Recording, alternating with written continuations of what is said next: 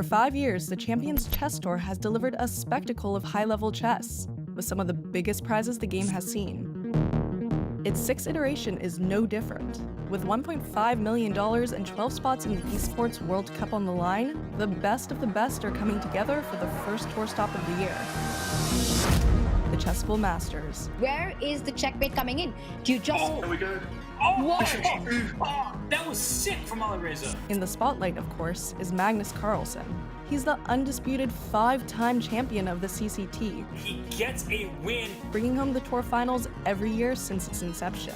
The winner of the Champions Chess Tour, world #1, Magnus Carlsen, does it again. The Chessable Masters has always provided a fiery start to the tour, What a result, 2-0. with the likes of Hikaru Nakamura, Ding Liren, and Wesley So all having taken home their own crown for the event. Wesley So wins the Chessable Masters. The stakes are higher than they have ever been. Who will etch their name into the CCT's legacy? Who will get their chance to make history at the Esports World Cup? It all starts with the Chessable Masters.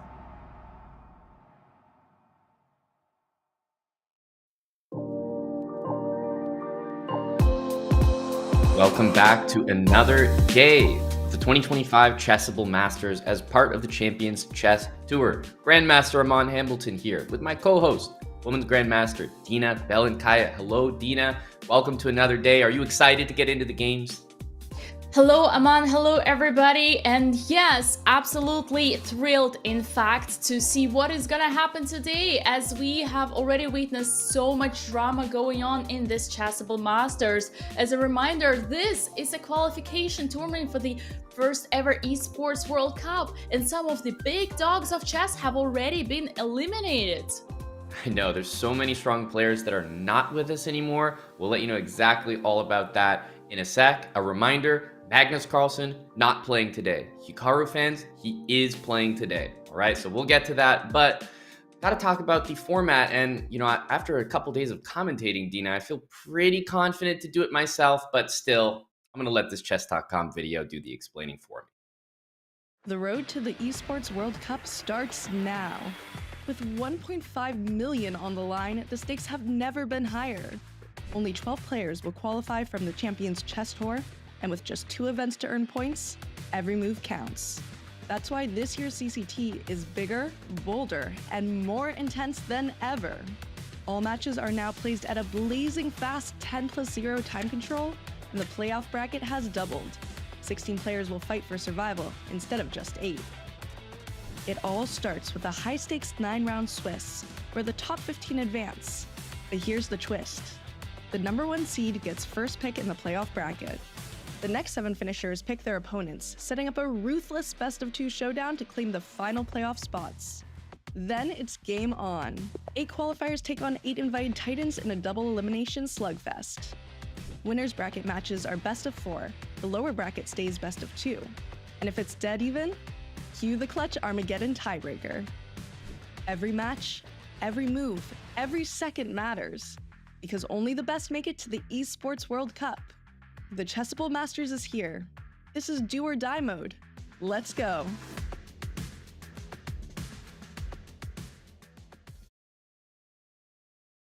Well, you just heard it. That's exactly what this tournament is all about, everyone. And you can see the full picture of the bracket here. We started with 16 players all the way back in round 1, and it's slowly been whittled down. We have lost players. Let's remember, yesterday, we lost even more players in this competition. Magnus Carlsen moved on. Arjun dropped down to the losers quarterfinals.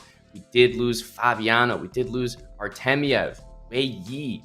We lost Giri, so many of these strong players, Esipenko, Yu Yang Yi, and now, Dina, it brings us to today. Today's matchups will be all down in the losers bracket, as our goal today is to figure out who is going to challenge Magnus Carlsen in the grand final. He's basically sat there waiting and saying, all right, you guys figure it out and see who's ready to challenge me. What do you think of the matchups that we have in store, Dina? Yeah, well, obviously, first and foremost, I believe every single fan right now really wants to see Nakamura being back to take his revenge on Magnus Carlsen, but Nakamura would actually have to be waiting until Arjun and Nepomniachtchi are figuring out who is better at this particular format and time control. And to be honest, I have no clue. These players are so strong, and I believe a lot will depend on what mood Jan is, because this guy can be extremely strong, but also extremely tilting. That's right. And, there were so many escapes as well. Magnus against Arjun, he kind of barely got away in that match and got it done in Armageddon. That was a tense moment. Hikaru and Firouzja went toe-to-toe. They had the closest match, an unbelievable move in Armageddon from Hikaru, one of the nicest I've seen. They even bid the exact same amounts. So we've had a little bit of everything in this competition so far. The players are on your screen right there. Duda-Firouzja. This is one of the matchups to watch. Of course, there's only a couple going to be happening concurrently, Dina, which means we can focus in. Yeah, and as we see on the screens, Duda and Firouzja, now they are being replaced by Nepo and Arjun. And I see the games have already started, so it looks like we shall just dive into the action. Absolutely. Nepo also signed to Aurora Gaming right there. Arjun on Gen G. So this is a matchup of players signed to esports orgs. And let's get into the games here. Remember, we're in the losers bracket, so of course, an important reminder, these are just best of 2, right? So it's going to move pretty quickly here, Dina. Yeah, and I'm so surprised to see the martial attack. Is that so? The very classic back from the 19th century or even further away. I don't know when was the last time I saw this happening on the high level. Well, the thing about this opening is back when it first started, this was a lot of fun. And it was so much fun that someone said, I'm going to research everything there is to know and just have a look at the moves that you're seeing right here. Pawn to G5. Like, just have a look at that move that was just played by black. It's completely hanging, right? The bishop can capture it. But these players are playing almost instantly because this is such a popular opening that they had to learn everything that there was to know about it. And now, Dina, it feels like I'm almost watching 2 computers just spit out the best possible moves. Yeah, and what we are gonna witness, in fact, is how one of those computers is gonna lose battery. Well, if that's the only way to get a decisive result, I wish that upon nobody here. But obviously the Marshall, I feel like it used to have that reputation as such a sacrificial opening, right? Black gives up a pawn. White has a sturdy extra pawn sitting on d4. And you're like, well, why would they do that? And now you start to see the compensation. The bishop on h3. Black brings the rook into e8 very quickly. And White's bishop on c1, rook on a1 are just not developed. They're not participating in the game. So, that's just the classic battle, a pawn for compensation. And by the time that they're spending on the clock, and especially the last move, I may say that Arjun is the first out of theory, out of the book. Although we're only on the 18th move, and obviously when you think about those positions, these players must know by heart at least the first 30. Yeah, I mean, come on, 18th move and you don't know what you're doing? It's amateur hour over here. But no, these guys know this opening inside and out. So honestly, if they're pausing, it makes me think that they're almost just recalling something that they know. So sometimes you'll see chess players just pause, and it's not that they're clueless, it's that they actually know so much. They want to make sure that they play the right move in the right variation, because one mistake in an opening like this, Dina, can completely cost you the game. Yeah, and as a matter of fact, Jan is actually the one who is behind the whole minute on the clock, and we all know that Jan is like one of the fastest players in the world. So for me, it's a good sign. It means that Jan is taking his time to figure out what's going on. And as the pace has a little bit slowed down, shall we take a look at yet another game that we are having right now? Please, yeah, we have 2 games ongoing. We just saw Arjun against Nepomniachtchi, of course. Alireza Firouzja against Vyacheslav Duda is the other game on the right side of your screen here that we need to dive into. These are the 2 matches that are ongoing. Whoever loses the match will be eliminated from our competition, Dina. So a lot on the line for these 2. Oh yeah, absolutely. And look at this knight on f5. Isn't that a gorgeous knight? They say I already mentioned it before. Knights on f5, f4, c5, c4. Both colors are really strong, especially when you can put it into your opponent's territory. And if bishop takes this knight, then you would have the tremendous two bishops advantage, which, by the way, has absolutely no importance for everyone watching right now. But just one day when you become a master, remember two bishops advantage. Well, that's very important of you to mention, Dina, because we remember everyone in chat is a future grandmaster. So it's a good piece of advice that they can keep in mind. Queen d7. There's one bishop that's going to be taken here. I don't care which one it is. It's either bishop takes the knight or the knight takes the bishop on e7. So I think we're going to see what you're talking about at some point happen. I love the Hans Niemann reference. Every time Hans starts his videos, it goes with "Hello, future grandmasters." I wish one day I could challenge him and you on that one. But needless to say, here they are both grandmasters, and they're gonna show us their best chess. And we have the, well, almost looks like the fair play camera on Duda, right? The camera from behind there. So you see his full setup, everything that's going on there. This is all above board, I'd like to say. But let's look at the chess position here. The knight on g6, I always talk about this. Whenever you see that piece, I think a great piece of advice is just pawn to g3. It doesn't mean you always want to play that move right away, but at some point, pawn to g3 and pawn to h4, as you're highlighting, are going to be fantastic moves. The pawn on h4 can go to h5, and looking at the position, the knight would have nowhere to go but h8, right? It's a terrible square for the knight. So those are the moves, the pawn moves that I start to look at in this position for white, just based on that knight placement. Yeah, and indeed another very typical way of kicking the knight on g6 is by pushing this pawn. And a5, on the other hand, black is doing kind of same thing by grabbing space, with the only difference, of course, there is no knight on b3, but it's still a good move. And I believe white just needs one more thing to make this position really perfect. It is to finish the development. The bishop on c1 is a little bit odd to me, so maybe put it somewhere on d2. I guess that's the only way. Even though they say bishops are already half-developed pieces, especially the bishop from the opposite side of the castle, you don't necessarily always need to develop it. But the main reason why we all want to develop this bishop, and thank you, Alireza, it is because you want to bring your rook to the game. Absolutely. And great explanation and even better demonstration by Alireza there at the same time. The last thing I'll say about this position is if the knight takes the bishop on e7, the bishop on e6 and bishop g4 will be looking at each other and very likely going to trade. When you're playing against the two bishops, the best plan that you can do is usually to trade the bishops that are left on the board. So if that happened, I think it would be set up nicely for Jan Krzysztof Duda. But I mean, I guess listening to our advice, he was like, I don't even want to give up the bishop pair at all. And he plays bishop c5, but he gets kind of a question mark from the engine there, almost a bit of a harsh evaluation. Yeah, and our dear friend Stockfish is suggesting as knight to g5, as you see highlighted, perhaps with the exact same idea. If you don't want to give me the dark squared bishop, I'll take the light one. Right.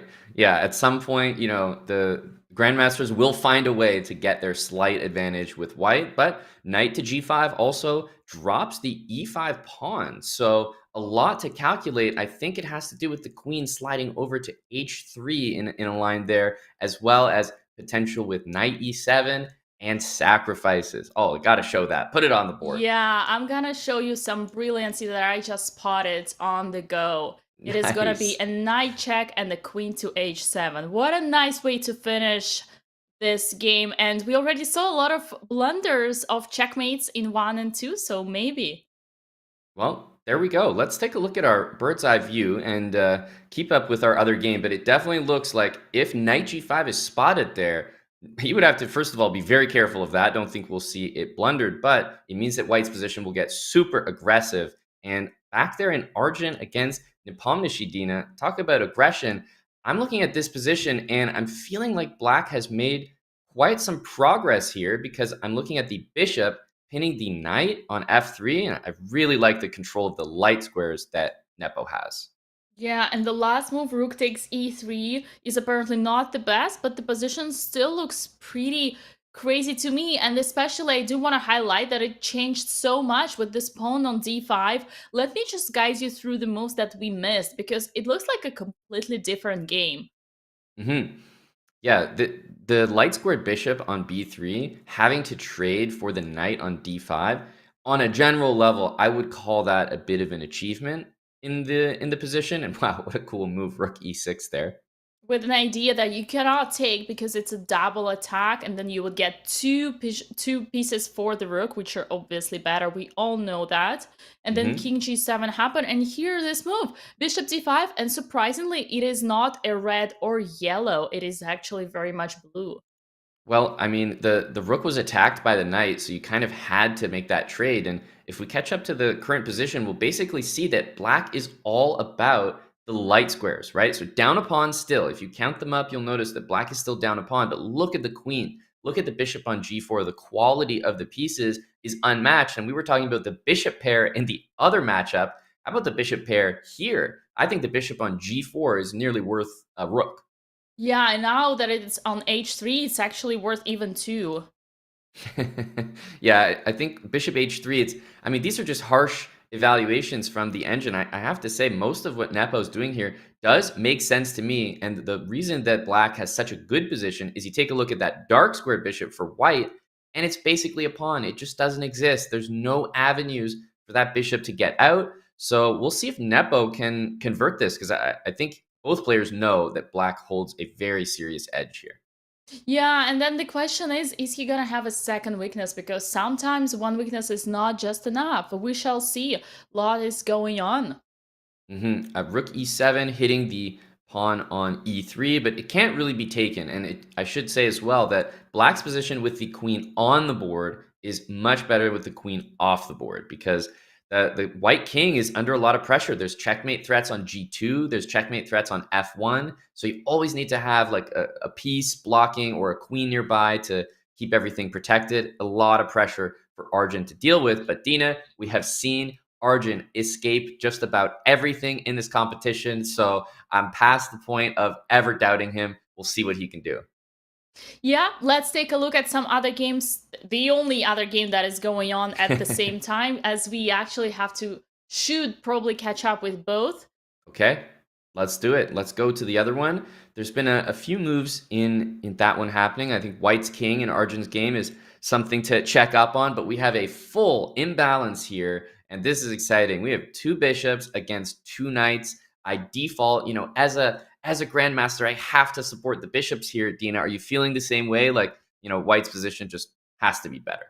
As a grandmaster, I absolutely feel you, even though mine starts with a W. And the queen e7 is not the best move because of f4, following the restriction of the queen. I love that. Look at these knights. They certainly don't have enough space here. They don't. At this point, I would be very interested in playing b5 and b4. I just don't know how to make it happen. It's not that easy. If I'm looking for play in Vyacheslav Duda's position, what do I actually have? The move c5, the move b5, b4? That's about all I can think of. Yeah, and once again, I do need to remind everybody, never put your knight in front of the c pawn, because this pawn is supposed to go to the center. Yeah, in this case, it would be a nice bayonet, right? You don't always know how the middle game is going to look when you develop in the opening, but this is a case where now he probably wishes that it wasn't there. So to your point, we might see that knight get repositioned. And if we're looking at the future for Alireza, I think there is a case where maybe you just slowly build up to push your g-pawn and kick that knight out of f5. But you don't need to rush. You can sort of bring your king up, slide your rooks over, get that bishop out of the way. Maybe we'll even see the light squared bishop. I know it's a long shot, but d1, c2, long way away, but I'm looking at h7 checkmate. Let's go. I love that. A lot of arrows here, but the point is so that white has a pawn majority on the king side, and that's why this is where they should play, and this is where they should use their extra pawn. And rook ba has been played, preparing b5. This is probably the response to your question on what black is actually gonna do. b5, b4, trying to activate things here, potentially knight a5, knight c4. I think the ultimate dream come true for black would be just to put this knight on e4, if only that was possible, but it doesn't seem likely anytime soon. Yeah, I don't see it possible. Duda's going for the plan that I mentioned there about b5, b4. I think it's slow. Immediately, I'm thinking, okay, you got to act fast as black because rook d2, bishop d1, and bishop c2 and g4 is almost a winning plan. Like you just kick the knight out of f5 and you deliver checkmate on h7. So I understand the need to play rook b8, and we'll see how b5 gets handled here because clearly it's the only source of counterplay, and that's why Duda, without much thought, says I gotta go for it. But Dina, I'm looking at our other game and I'm saying let's make sure to switch back. Time is getting so low in both. Yeah, and the moment we looked at this, actually Nepomniachtchi had an advantage, but not anymore. What is going on here? Well, White's knight is about to jump into the beautiful f4 square, but that's just it. Right? It's the knight jumping there and nothing more. Even though the b pawn has disappeared for black, you're looking at this position, you're counting up the pawns, and you can't believe it. White's up 2 pawns, but almost worse. Look at the pieces, right? The bishop on e1 almost doesn't exist. Yeah, and it has to protect this g3, although maybe king h2 would actually be an option. And now b4, I actually like that move because let's not forget b is in passed pawn. And black doesn't have any option to take the knight on g2 and win a pawn because, I mean, you're down 2 pawns. Winning 1 is probably not good enough, and he'll never take that queen trade. That we know for sure. Just for a second, how did we get Wait, here once again? Oh my god! No, he's really going for it here. Okay, bishop takes g3, queen g8, and the king might go forward, will it? To f5? No? Oh my goodness. What is going on? Bishop takes g3 is not possible due to queen takes and queen g7 checkmate. And now white has to do everything with their queen. But queen h7 is not possible. White has no check. This is what I mean. King up to f5 is such a... I mean, and he's leaning back like, yeah, I don't see any checks here. d5 is covered by the bishop. And black is about to either take the bishop on e1 or even play bishop h2, any move at this point. Queen e8 just happened, but just bishop h2 and queen c4. Wow. This is a checkmate. Wow, and he's leaning back. That's one that really came out of nowhere because remember, Arjun played knight f4 check thinking it was his tactic, and Jan said, "Oh, no, this is actually my trick." And he's feeling good about that first win there. Impressive from Jan Nepomniachtchi. What an action we have just witnessed, and we have to quickly jump to another game that is still going between Alireza Firouzja and Jan Krzysztof Duda. Yep, let's stick with the live games here. Rook down to b3. I like, in general, what Duda has done here because we don't need to go back and check. All we need to know is the light squared bishop has disappeared, and that is much better for black's position. So even at the cost of maybe some pawns, I feel like he's done the right thing, Dina. Yeah, whoa. I mean, this position is so different from anything we've seen before. I see the pawn on a3. I see the...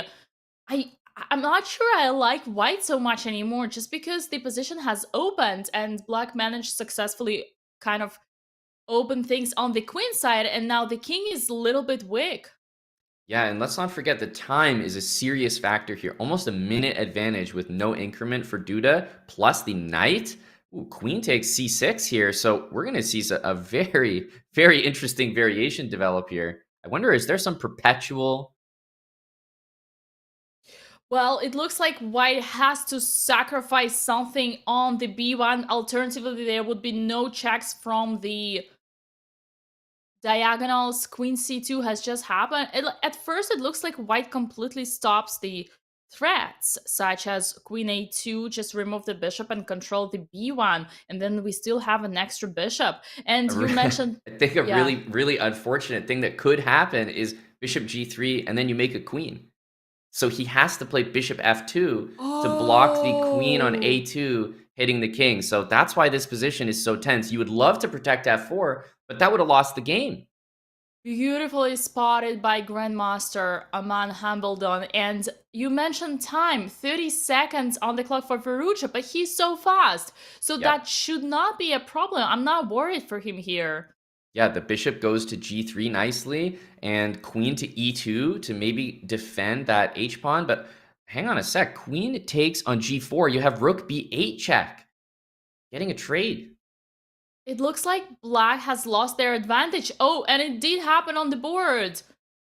Yep, this is huge. And queen g6. Now, he is low on time here, but one of the best in the world when he is. So we'll see if he can manage. I start losing my hope in Alireza's position. 19 seconds, absolutely no compensation for the bishop, as the b2 pawn fell without any explanation whatsoever. Dominating the queen here, though, is Alireza. Really well played. The queen is stuck on h3 because you never want to trade with white or the game will end. So, okay, he's letting the queen out. I think he missed this. Very upset is Alireza on the camera allowing that. Well, queen a6. Black is playing for the win. I think he's evaluated. Suddenly, the winning chances are for him on time. Unbelievable. He's decided to go for it. Duda actually said, you know what? I think I can flag you, and we'll see if it pays off. He did it so beautifully in an opposite bishop endgame. Bishop f6. He's trying. What a sneaky trick of a checkmate in one. He's pre-moving, but Alireza knows. I mean, such an impressive decision to flag here by Duda, and he's going to get the win. And the checkmate in one. King g4, queen f5, checkmate. That is chess meets esports, ladies and gentlemen. He got it done in a position you would never see a grandmaster decide to play on, but he said, I'm down a bishop, but I can win this using the clock. So impressive in the moment to say, I'm going for it. Wow, I was just speechless in the end of that game. I just didn't want anything interrupt. What a beautiful sequence of moves. Yeah, you'd have to just let it happen. Obviously, at the end, it walked into a checkmate, but I think that's irrelevant. At that point, Alireza was just pre-moving, trying his best. Let's remind everyone the results of everything that we just saw right there. Tons of action at the very end. And remember, it's a 2-game match. So early leads for Jan Nepomniachtchi and Jan Krzysztof Duda. It's the name Jan that's victorious today, Dina. Yeah, surprisingly, but you know what? I'm actually very impressed by Jan Krzysztof Duda being also a very good online player and a flagger. You'd think such a classy player, you know, always focused on the classical chess, but yet here is flagging one of the biggest names of the no increment chess. Yeah, I just have to remind the wider audience that Duda is one of those players that actually does play a lot on Chess.com. He plays a lot of bullet. He is very accustomed to it. And you can see here in the bracket that Duda has taken that lead and he's getting even closer. All he needs is a draw to knock out the phenomenal player, Alireza Firouzja. I mean, you were saying that you're surprised by it. Honestly, I feel like I've seen this from Duda before. I just can't believe we saw it on a stage like this. That was a crazy decision to make. Yeah, it's true that Jan Krzysztof Duda has just won the latest title Tuesday, right after him going into the losers bracket for the first time. So I should absolutely not underestimate his online performances. I guess I'm just not familiar with him being so obsessed and playing for 30 hours in a row like Firouzja does. Yeah, that's a grind set right there, but obviously we have more games and the next ones have started. This is, as I keep mentioning, only a best of 2, which means must win situations. And it should be pointed out as well that the black pieces were victorious in both matches, Dina. So all of a sudden, pressure on Arjun, pressure on Firouzja to win on demand with the black pieces. And speaking of winning on demand, look at this opening here. Is that exchanged French? Yeah, you're talking about the game between Nepo and Arjun. I believe that it might be. I mean, how can you blame Nepomniachtchi? He's up 1-0 in the match. If someone is playing the French and you can play the exchange French, which has a reputation in chess, but certainly in top level chess as being completely drawn, why wouldn't you? All you need is a draw to knock out your opponent. Well, the good thing for Arjun right now is that this is no longer a symmetrical structure, as the C pawn has been changed for an A pawn. So there are ways to play this game for three results, but Mhm. I do have to highlight the fact we already mentioned many times. Whenever you just need half a point, whenever you're just playing for a draw, be careful. Don't play too passive. Don't let your best chess not show up because of that. Yeah, agree. That's a good piece of advice that I think most of the top players definitely follow. In the case here, just to put an example, let's say White plays the move Bishop to B2. Normal because you want to defend that C pawn, right? Because your knight on B1 can't move. And then maybe Black would play a move like Rook E8, just a normal move, and Knight B to D2. You're happy you can finally move your knight. And all of a sudden, Knight takes on F2, Knight takes on C3, both become possible, and the bishop on d3 is loose. So this is what you mean. If Nepo's just not really paying attention, just trying to trade pieces, all of a sudden he can just blunder something so simple like this. So he needs to keep his wits about him and make sure he's playing objective and not just hunting for a draw. Yeah, and B4 has just been played. I love that move. We've seen that before from Nepo's opponent, actually, just before, but that was a completely different story. An interesting flashback here.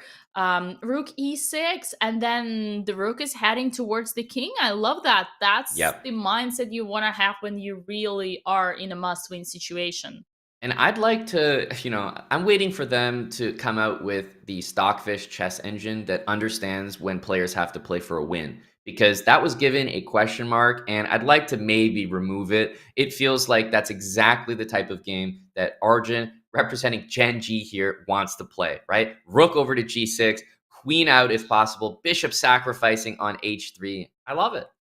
Yeah, I've mentioned this many times, but sometimes there are players who start playing chess and suddenly get demotivated because they say, what's the point if the computers have already figured out the game? Well, Mhm. this is a very concrete example of actually, no, you're wrong. Even though the computers have figured out, they do not understand the psychology and the practical aspects of chess as a sport. And yes, chess is a sport.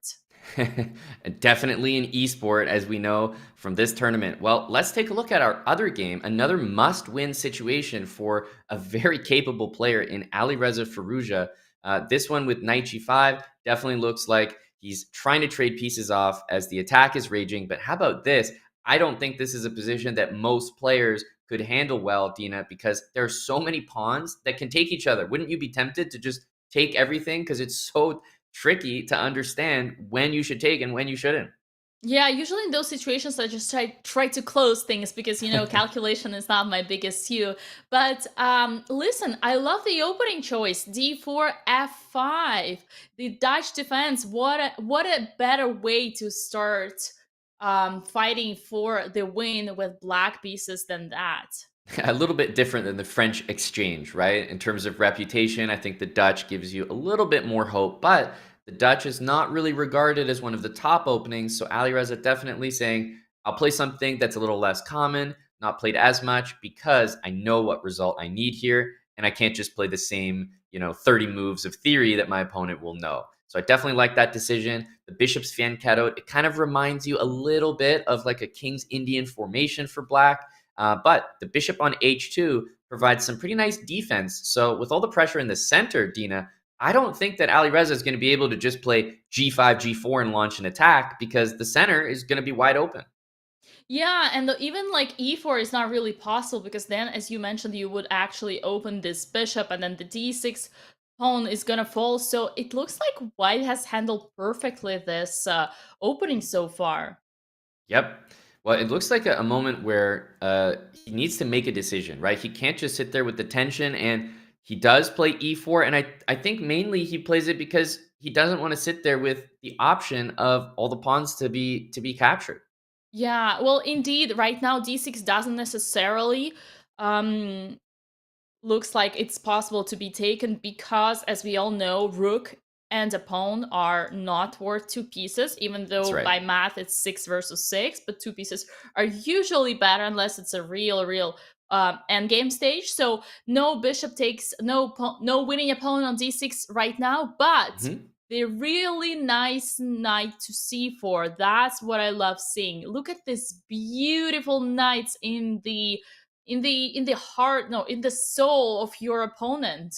Yeah, this is a position that really favors Jan Krzysztof Duda because Alireza is trying to create, some energy. He's trying to create aggression. He's trying to create a kingside attack. He doesn't have time. The center is opening. There's threats that he has to deal with. So white is kind of distracting black from maybe threatening white's king with this crazy g5 idea. It just doesn't look like it's going to happen. So definitely I'm feeling advantage for Duda in this one. Let's jump back to our other game because there is an advantage opening up. And honestly, both boards, Dina, I feel like the opponents are going for it because they must win the game. But that's allowing for big advantages to open up for the guys that are actually leading. So Nepo, all of a sudden, in this position, currently up a piece. Yes, he's going to lose one back. But look at that eval bar. Good things have been happening for him.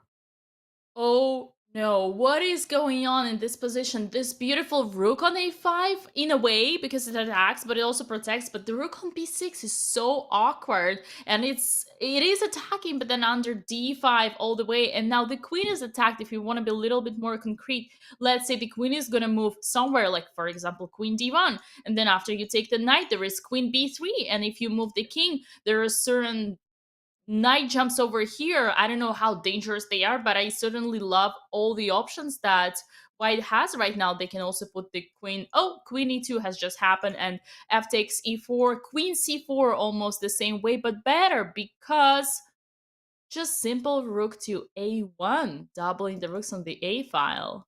So how does h6 work as well? I guess the knight has f7 because I was looking at the knight going to e6, and you just always have to be careful of rook captures the knight on e6, opening up the bishop onto the rook on a5. So that's the first thing I was thinking of, and then the second thing that comes to mind is the move queen to d6. This move looks like it threatens. I mean, maybe not checkmate, but certainly. Well, I mean, instead of h6.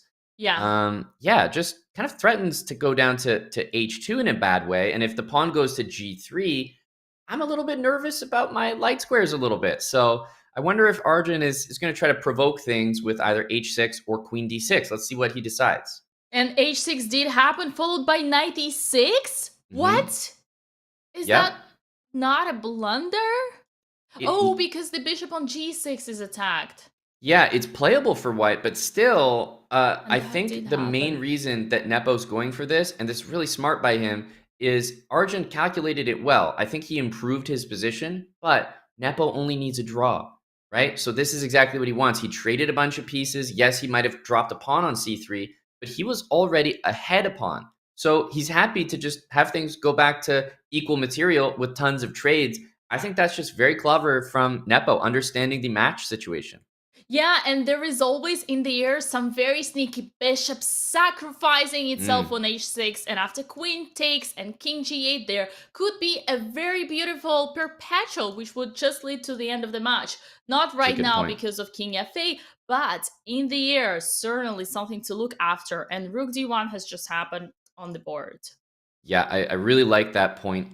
Bishop takes h6. He'll certainly be looking for that, and it's so annoying as black. Like, not only do you have to play the position objectively, but you also kind of have to play it unobjectively. You can't allow even a draw. So, very tough spot for Arjun to be in. Dina, I'm thinking that his chances right now to actually win this game are not looking good. Now, I've never doubted Arjun's defense. I've learned, he can pull anything, but for him to actually win, that would be something else here.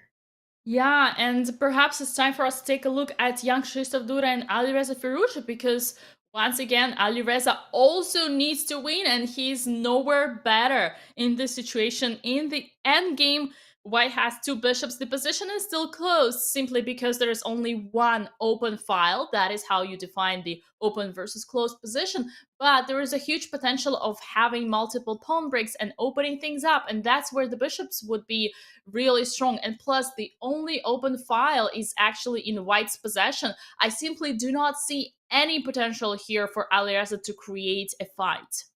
Yeah, there's one thing I guess he can be happy with is I actually kind of didn't like his position earlier. So I think in terms of the chess, he's brought it back to a more manageable position. But in terms of the match, I don't think he'll be happy. No queens on the board, no chance for, checkmates, kingside attacks, lots of trades. This all seems to work in Duda's favor, who only needs a draw. So it's like Alireza's done a good job according to the chess, but according to the match, Duda's probably willing to give up his advantage a little bit to trade pieces and get closer to a draw.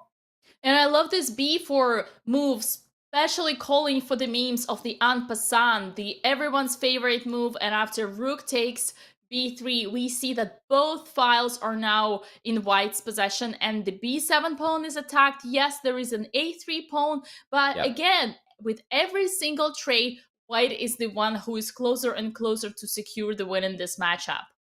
Absolutely. We jump to the bird's eye view here just to give a picture of both boards, but the picture is clear. Nepomniachtchi and Duda with the white pieces are leading their matches, which means Arjun, Firouzja with the black pieces, they have to win or they are eliminated. Obviously, Firouzja looks like he has the better opportunity, but both are in tough. Look at Arjun. He's defending a position. He should lose the game, and he can't even draw it. Oh my goodness. And look at Firouzja's last move, rook f6, threatening the sneaky knight takes d4. And if rook takes f6, that would be a win of a bishop, but that certainly is not gonna happen. Duda is taking his time. I think the game to stick with is Duda and Firouzja here. I'm looking at Nepomniachtchi. He's up on time, absolutely crushing this position. The best case for Arjun is a rook endgame, and trust me, he's not going to be able to win it. So I think that Nepo is looking like, over 95% to move on in our bracket, which means this game still has a fight. Not that one, this one. Not that one, this one. Yeah. No, yeah, indeed. Nothing else, unfortunately, for us to have fun with in the Jan's game. And here we see g4 by another Jan Krzysztof Duda. g4 breaking these pawns, a very smart move. Once again, reminding everybody that when you have a bishop, you wanna open up things. And look at this very bad, very passive rook on a7 that is absolutely out of action. With the rook coming to c7, this is gonna be very painful for black. So I think the move g4 was played a little bit ago, and I think that Alireza's position is actually improving here tremendously. The reason I say that is I'm looking at the move f4, and it looks really tough to handle, and that's why white decided to play it. If black played f4, the knight was going to jump into g6, into f5, and create a lot of problems. So instead, en passant is possible here. The pawn on e4 can take the pawn on f4, but he's willing to say, look, do that. I will go collect it with my king, and this is smarter than allowing that f4 move from black. So I definitely agree with this move. But Alireza, he certainly has much better chances, maybe the best chances in terms of the equality that he's had all game. But we have to keep saying pieces being traded, Dina. It's getting closer and closer to the result that Jan Krzysztof Duda wants. And instead of f4, there has been b6 played on the board. Again, nothing to fear. King takes f3, king g5, and rook c1, a mistake. How is this a mistake? Apparently h4 would be great to fix that weakness, the pawn on this same color of the bishop. Whenever you are playing an endgame with the bishop, always try to put the pawns on the opposite color. Now knight g6, rook to c6, rook b7, rook to d6. That's the current position on the board. And it's just a classic example of how to have a better rook, a good rook versus a bad rook. Yep. It came down to the moves there at the end. I give a lot of credit to Jan Krzysztof Duda for playing the move f4. If black played f4, I think everything could have changed. But now you just see pawns being taken. How do you even defend f5 after this? You've got e4 as a problem. You've got bishop d7 as a problem. Bishop e8, even to just trade the bishop for the knight. I think it's true, Dina, that once the bishop takes the knight, it doesn't matter about any of the pawns. That's going to be a draw. Yeah, we say all rook endgames are drawish, but especially the ones where you have extra pawns should be not a problem at all. Yep, knight h4. Look, he's playing knight h4 because he wants to keep the material on the board, right? And just instead careful. Of why did he play king f2 instead of the king e2 d3? Instead, he's allowing something that he might come to regret. Oh yeah. And I do have to highlight to everybody that while we're watching closely this game, Nepo has already won his game and finished his matchup 2-0. And that means Nepo is advancing to one of the potential candidates for fighting Hikaru Nakamura. He would still have to face one of these two winners and That's right. potentially young Krzysztof Duda. That's right. We knew that that game was over, so we're sticking with this one. Really impressive match by Nepo, but we can recap after. Instead, we're here. Unfortunately, Alireza is down on time. I feel like if he had a time advantage, he could still try here, but clearly he's down a pawn. Duda has to feel like a massive favorite here because he can draw the game, he can win the game, and he's probably going to put his rook maybe behind his pass pawn, rook d2, and perhaps just push it up the board. Yeah, the right thing to do whenever you're playing with rooks and pass pawns, always put the rook behind the pawn. And honestly, you know, I think the fact that young Krzysztof Duda just lost an advantage is simply because he's just simplifying. Like, look, here there is a draw. Just push the pawn on e4, trade this pawn, and sacrifice the bishop for another pawn, and that's it. A rook and versus a rook and a knight is a draw. Although, why to give your opponent chances to fork you or to swindle or anything? Why to give even that temptation?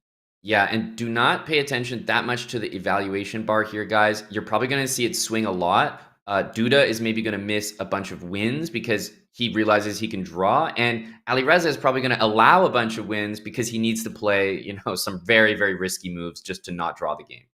The only danger that can possibly be happening right now for young Krzysztof Duda is just to walk into a fork, but I don't think that's gonna happen. And just e4 any move, simply, well, maybe not now, but yeah, e4 any move, and then you just trade this pawn, and that's it.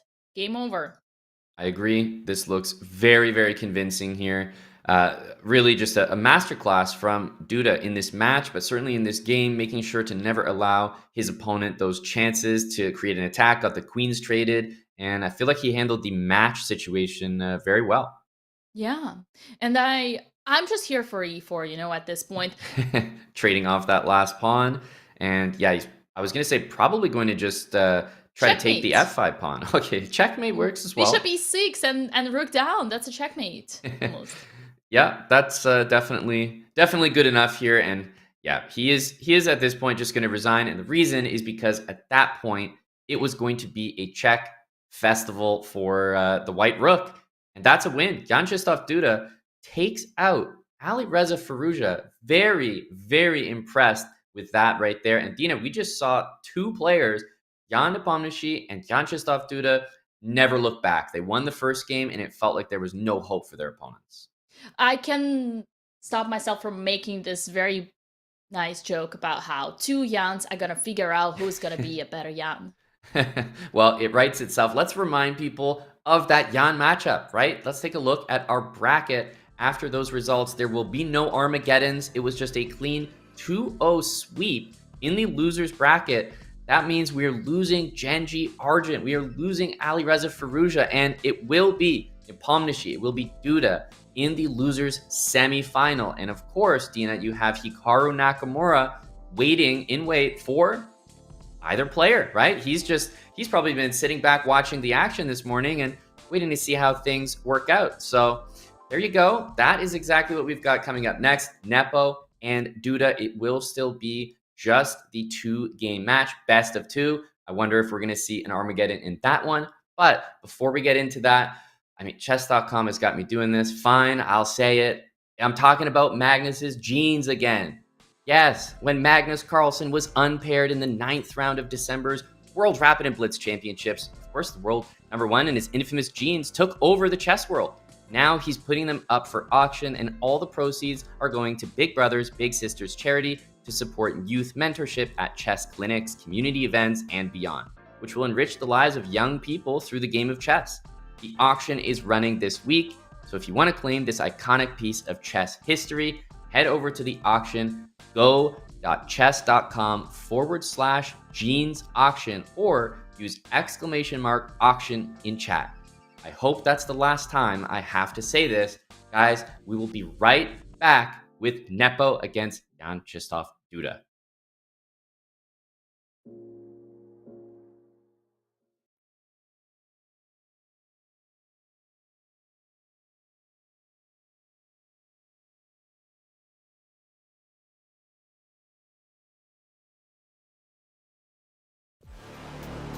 Magnus Carlsen arrived to Friday's events in jeans. They just want to be sure this is jeans or not. They agreed that it's not a jeans. They're just the trousers. Magnus is showing up fashionably late. Probably some fashionable jeans as well.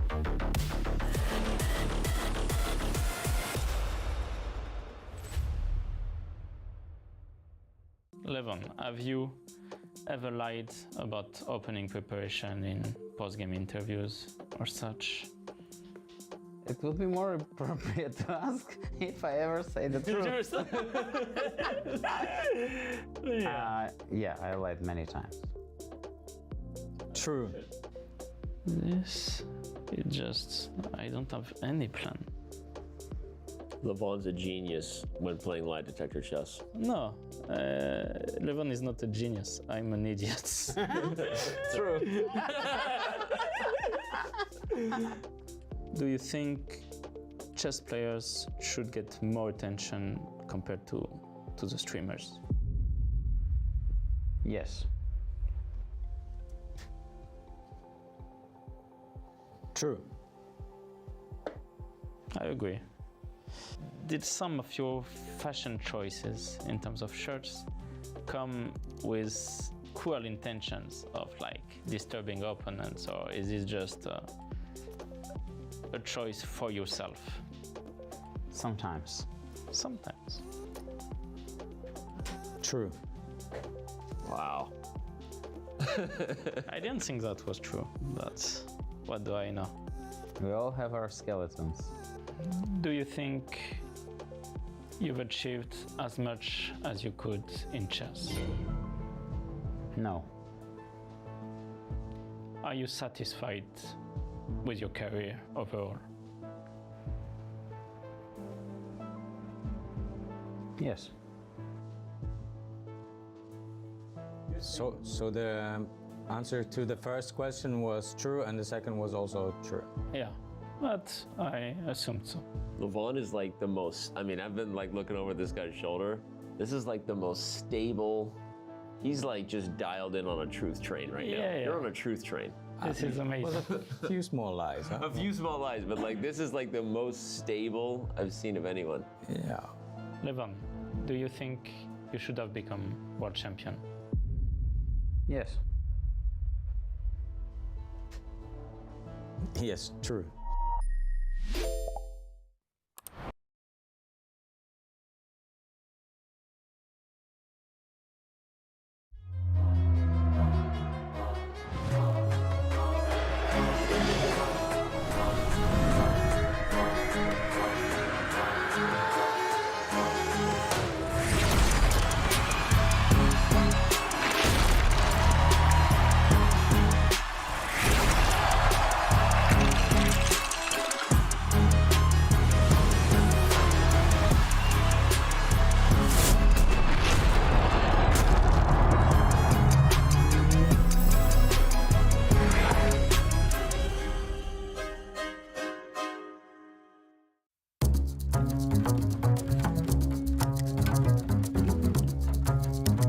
"99% of players would resign here, but Magnus is built different. I'm Grandmaster Pepe Cuenca, and you cannot miss this epic battle from the 2024 Champions Chess Tour Finals. Wesley So accepts a challenge of entering the Nimzo Indian played by Carlsen.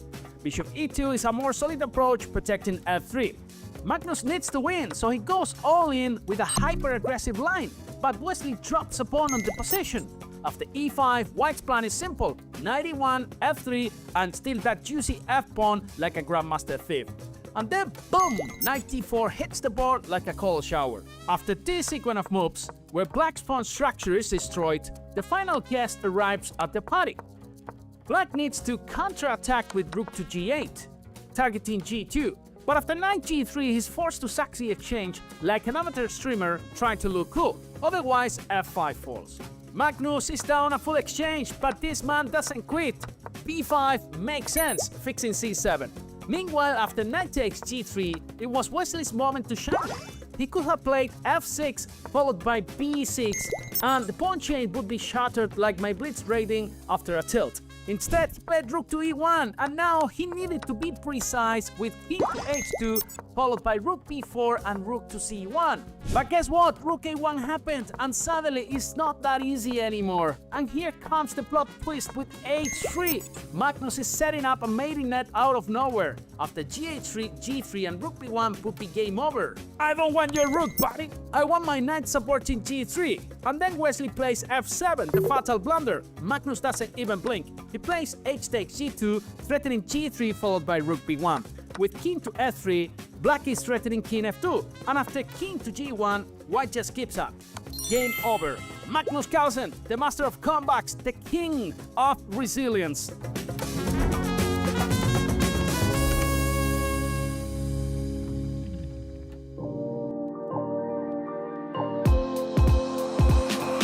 Welcome back to the 2025 Chessable Masters as part of the Champions Chess Tour. Grandmaster Mon Hamilton, Women's Grandmaster Dina Belankaya. Dina, we just saw, honestly, I was going to say great action, but 2 clean sweeps, right? In the loser's bracket, and the Jans have moved on to play each other. So now we have Nepo, Jan Krzysztof Duda. The action for today, as we take a look at the bracket, is going to be that match right there, and we also are going to see Hikaru Nakamura play against the winner in the losers final. And those waiting for Magnus Carlsen are going to have to wait another day. We had to dedicate an entire day to the grand final, so he will not be playing today. But we have lots more coming in this Nepo and Duda matchup, and obviously Hikaru waiting.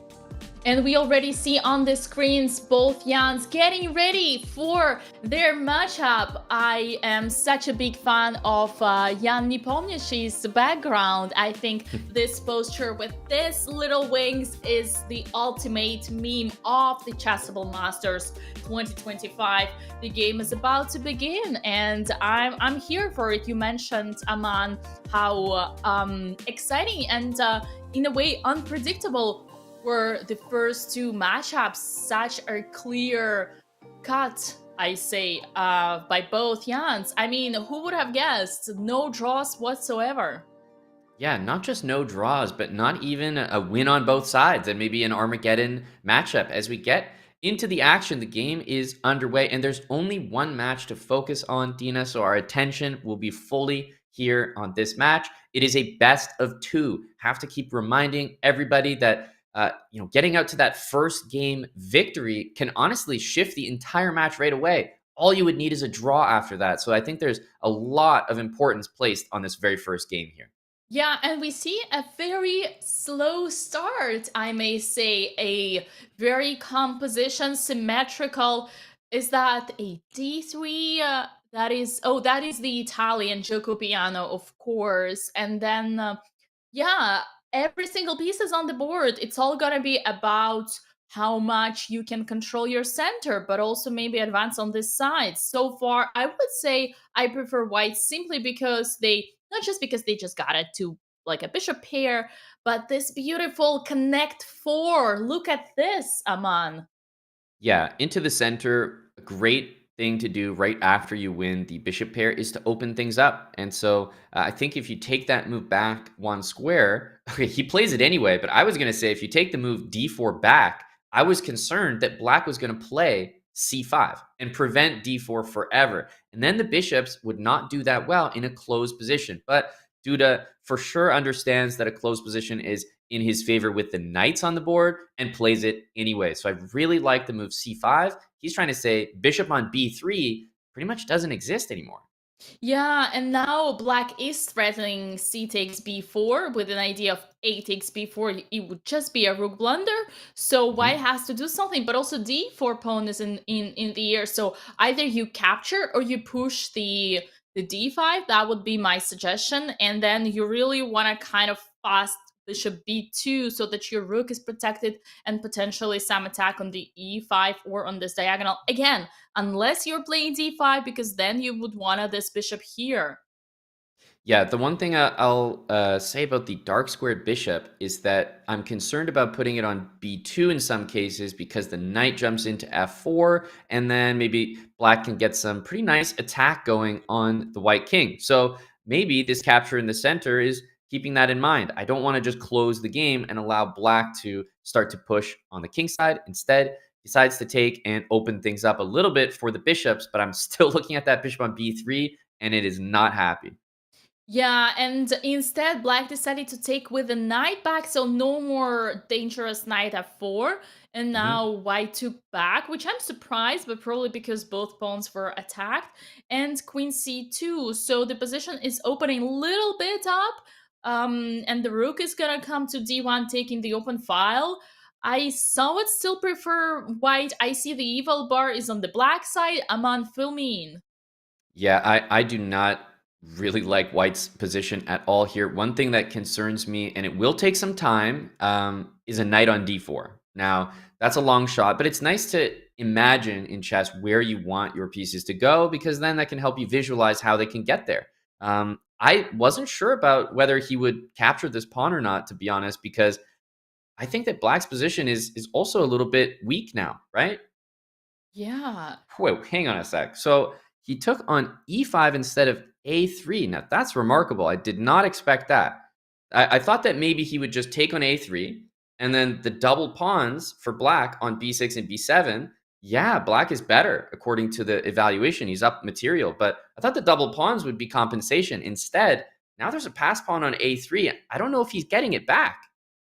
Whoa! So White has just sacrificed the b4 pawn, sacrificed the a3 pawn in order to get back the e5. So technically, White is only one pawn down, but this a3, we have seen it over the last few days already many times, how this pawn would actually go to the queen. And now, even though White has two b's, this b3b is actually not good at all. We already mentioned that the best thing it can do is to stop the pawn, but what is a bishop that is made to stop pawns? Well, I mean, White's played rook e3, so let's talk about what Nepo's intending, because incredibly resourceful player. He's not just rolling over here. The rook is coming to g3. That immediately is a concerning threat, right? You have to answer that maybe with f6. Pawn to f6, I think, is one of the only things. And you start to get concerned because there's a lot of tempi coming. Rook can come over to d1. The bishop can come back to a2, and then maybe even to b1. But I'm looking at opening up the queen as well with pawn up to e5. So there are some aggressive ideas here that you have to be careful of. But this is one of those positions where I think the engine is saying, oh, no problem, Black is completely winning here. Whereas the humans look at rook g3 and might get a little scared. Yeah, and b5 has just been played with exclamation mark. What does that mean? And rook g3, f6 has happened. Now, the ideal scenario would be rook d1, bishop a2, bishop b1, queen h7, checkmate, but so many moves are needed, and Black also is gonna do something. So right now, the concrete threat is on the c4 pawn, and if White were to take, then they would just lose the bishop, so it doesn't work either. Yeah, I think we want to see the type of moves that we were mentioning. Rook d1, definitely. If the queen moves anywhere except e7, the game might end, because you have to defend the f6 pawn, right? Bishop on c3, hitting f6, the rook on g3 is pinning. So we'll need to see queen e7 here. And this is kind of what I meant. Like, at some point, you can just play all these. He starts with bishop b4. Okay, I'm not too bothered by that, but it does look like we're going in the wrong direction, right? What happened to that kingside attack? Yeah, it looks like White is trying to escape this game by trying to draw in the opposite colored bishops. But bro, you got so many pawns down. How are you gonna stop all this beautiful, beautiful mass here?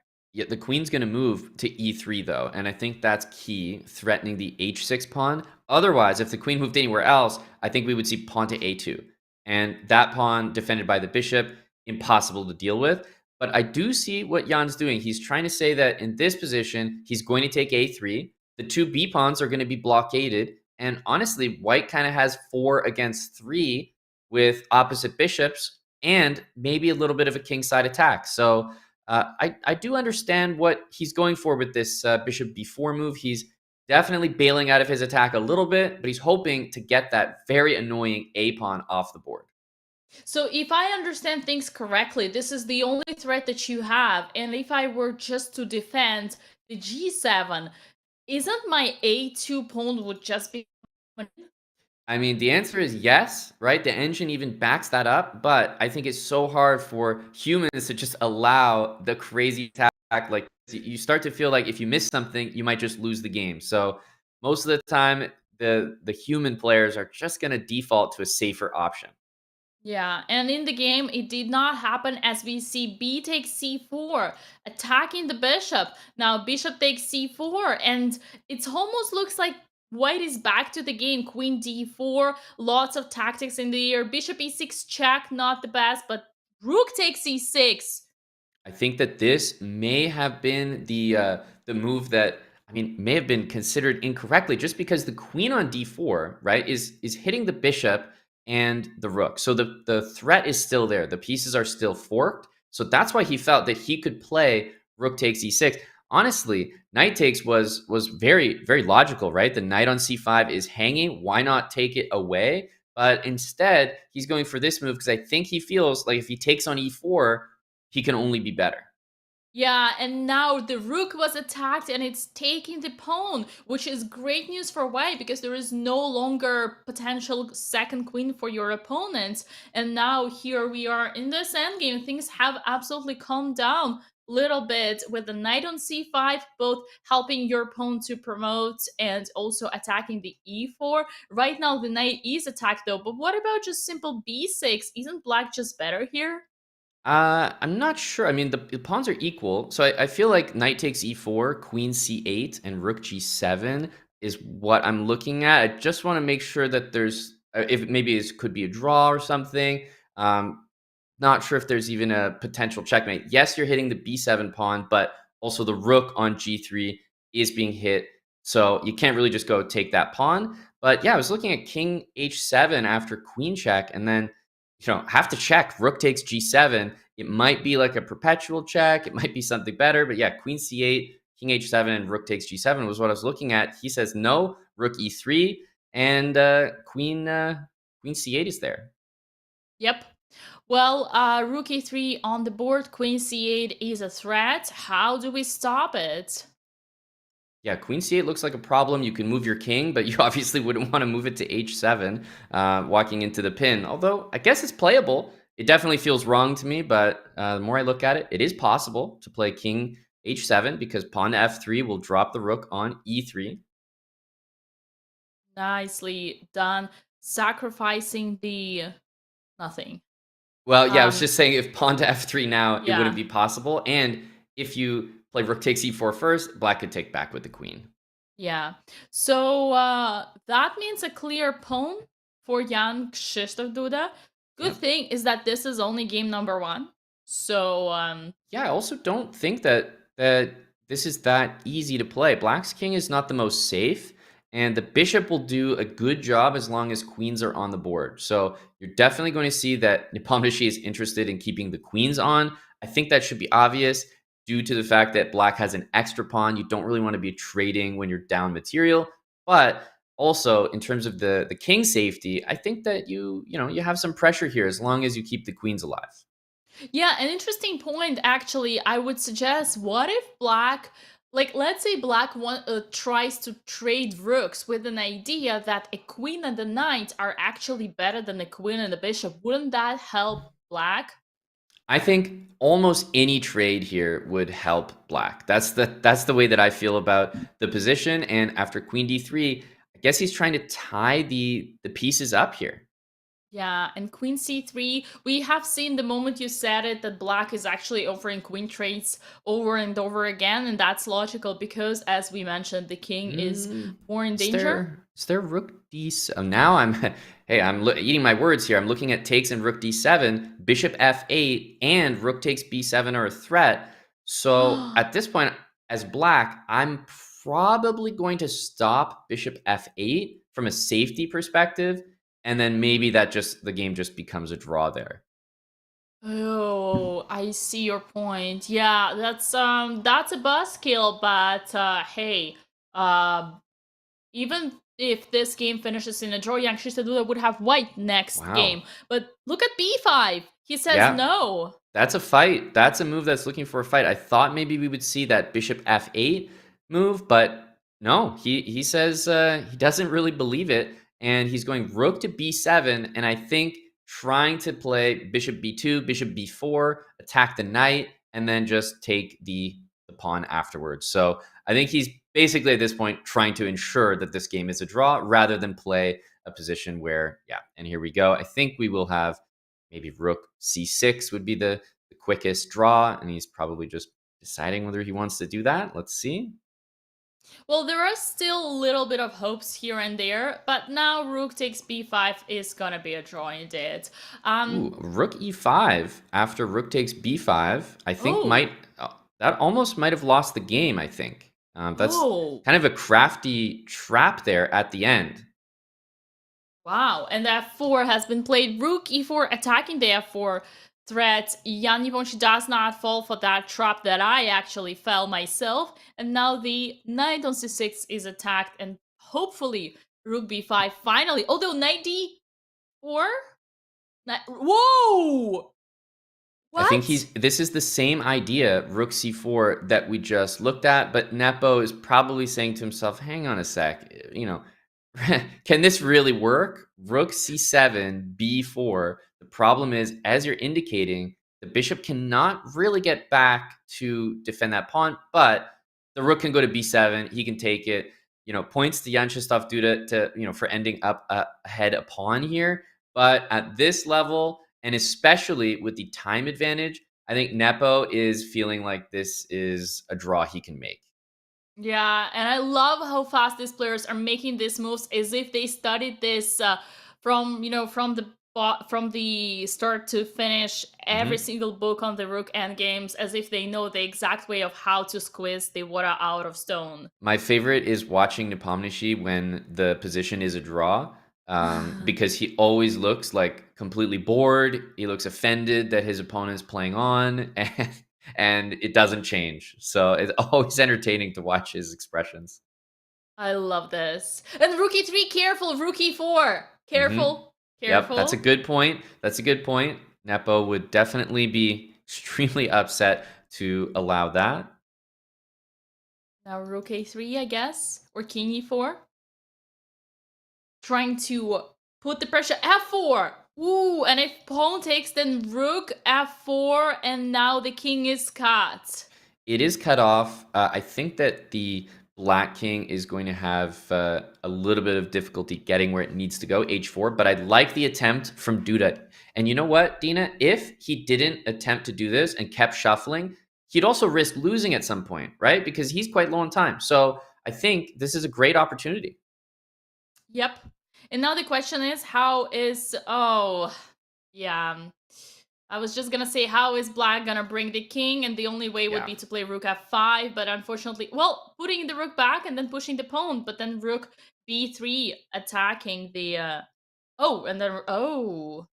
Yeah, at this point, it is just a draw all the way. Nepo seems pretty confident in that. If g3, as you mentioned, the rook can come back and hit the pawn, and as soon as the black rook goes behind the pawn, the white king can finally cross the f-file. As soon as the white king gets in front of this black pawn, nobody's bothering to play it anymore. So the only way to even try is to keep the white king cut off, but black is realizing you can't keep the king cut off and get the pawn where you need to get it. So they are going to agree and to a draw the king here. f2. GG's. What a beautiful draw. I love it. We have all just witnessed a free lesson on the rook endgame 3 versus 4. A nice technique by both players. And yeah, kudos to Jan Krzysztof Duda for finding a way to even have a pawn maturity, as you said, Amad yourself. Yeah, you just have to be impressed by both players there. The game ended in a draw. You can see the losers semifinal. Nepo, Duda split the point there, which means that whoever wins the next game will win the entire match. Or if we see another draw, we will get Armageddon to decide who moves on to the losers final to play Nakamura. So that's exactly what's coming up. There's one more game here, maybe even one past that if we get Armageddon. But yeah, as you mentioned, impressed by both players, both Duda for even getting an extra pawn, right? Showing us that he was able to show some technique there. But on the other hand, Nepo, he just looked so bored making that draw. He was so confident the entire way. And now he's grabbing a snack because he will need some energy as he's heading into the game with the black pieces now having to be solid here. And we see what can be more solid than Nimzo, although this is a Catalan. See, Aman, I've been told that the Catalan is one of the most ambitious openings for white with b4 against the queen's gambit decline. What do you say? I think I agree, and one of the reasons that I would say it gets that reputation for being ambitious is the Catalan is an opening that does not feature a lot of trades early on. You can just see based on the way the pieces are developing, there aren't a lot of pieces being exchanged. Maybe a couple pieces get traded here and there, but for the most part, white gets to decide how they want to play. Are they going to, play in the center with e4? Are they going to play with the queen side? Instead, here we see the bishop pair for black, but a closed position, right? The bishop on c8 is not that happy and really just doesn't get to develop the way that it wants. So interesting imbalance, and an imbalance always means winning chances for both sides. Yeah, and I think if I recall correctly, Nepo is a big expert of Catalan for white because he actually played it many, many times in his infamous World Chess Championship matches, and now he's on the black side. But that still means that he knows the position for both colors. Yeah, they definitely do. Rook d1 here. Look out for the move e4 by white. It feels a little bit weird to open the position, but after e4, you're also improving your bishop on g2. And knight e5 is also one to consider. If you don't play e4, then I think you're going for a much slower game with e3. But personally, I think that would favor black, who's a little bit behind in development, trying to catch up. So I like e4. Yeah, e4 is definitely a very typical plan in order to control the center. And now we have the connect 3 and bishop e8. Well, sometimes this bishop could actually be transferred to f7 later on if black wanted to find a way how to activate the bishop. And this space with a pawn on a4 is actually really nice, taking the control of the b3. Interesting thing to witness that white once again has the entire center, but the evil bar says black is slightly better. Yeah, the one thing I like to say about the bishop pair is you don't always need to do something with it, right? It's kind of like an investment. You don't need to buy something expensive and then immediately try to sell it. Instead, just hold on to it. So he's tucking the bishop away on e8 and the other bishop on e7. They both look like they're not doing that much, if we're being honest. But later on in this game, they are going to be valuable. So simply hanging on to the bishops is exactly what Nepomniachtchi is doing. So I'd like to move bishop e8, just tucking the bishop away, allowing the rook on d8 to see the center in front of it. And if white decides to go for e5, the knight now has the d7 square. And then you could see black try to open the game with c5. And then those bishops might come alive. Yep, and now we have just seen h4, an attempt of white to not take the decision in the center right away, but instead just grab the space on the king side as white did on the queen side. And after that, we have seen the trade. So black is the one taking the decision of changing the pawn structure. D takes c4, knight takes c4. Now knights are changed, queens are changed, and the bishops suddenly have way more space than ever before. Look at this f6 bishop attacking the d4 pawn, saying, hey, you think this is your strength? I'm gonna tell you this is your future weakness. And the move c5 by black immediately comes to my attention, because if black plays c5, the b2 pawn becomes weak, and you're seeing the move c5 by white for exactly that reason. I actually think that was a major threat by Nepo. It looks like he's just kind of, playing a bishop move, getting, as you said, to a nice square. But I think the move c5 is a really tricky intention there. So smart from Duda to realize it and play c5 himself. And as you're highlighting that knight, it may start to get interested in knight e5, knight c4, and then knight b6 or knight d6. Yeah, I think as of right now, the best thing to do would be just to put the knight on c4 for now, because knight d6 would always be met by bishop takes d6. Well, in any case, b6 has happened, and that changes things because there is a concrete threat on c5. Maybe actually it is not as much of a threat, but it is highlighting that this pawn is not as stable. Now c6 is protected, and the idea here for black is to activate their rooks on the b file, threaten b2, potentially open this diagonal. It seems like black is having a very comfortable opening outcome. Agreed. Yeah. This is still obviously very, very even. White is happy to play knight e5. Let's remember, even though black is undermining this pawn structure with b6, the pawn on c6 is going to be incredibly weak. And probably at some point it will be lost. But black is trying to say, maybe you win my c6 pawn, but your d4 and your b2 pawns are going to be too hard to defend all at once. So I'm hope to get, something in return. Interesting things are happening. And one more thing perhaps I will say about this position from a strategical perspective is that the d4 pawn is a backwards pawn. And the backwards pawn usually signifies a weakness. Usually you do not want to do it. Plus, you have just created an outpost for black pieces on d5. That being said, outpost is the best be taken by a knight, which black doesn't have, but they would have a rook there. So also a nice thing. But for the rook, at the same time, there would be a bishop on g2, highlighting that. So I think the biggest conclusion here, I would say, is that whenever you're playing c5, you need to be careful because this is a very committing move. So you give away something, but you gain potentially space and other outposts such as on d6. That being said, it's no longer relevant because we have seen the trades, and simply everything that white has out of this c5 push right now is the rook on c5, which is at the same time being threatened and probably is gonna be losing this position.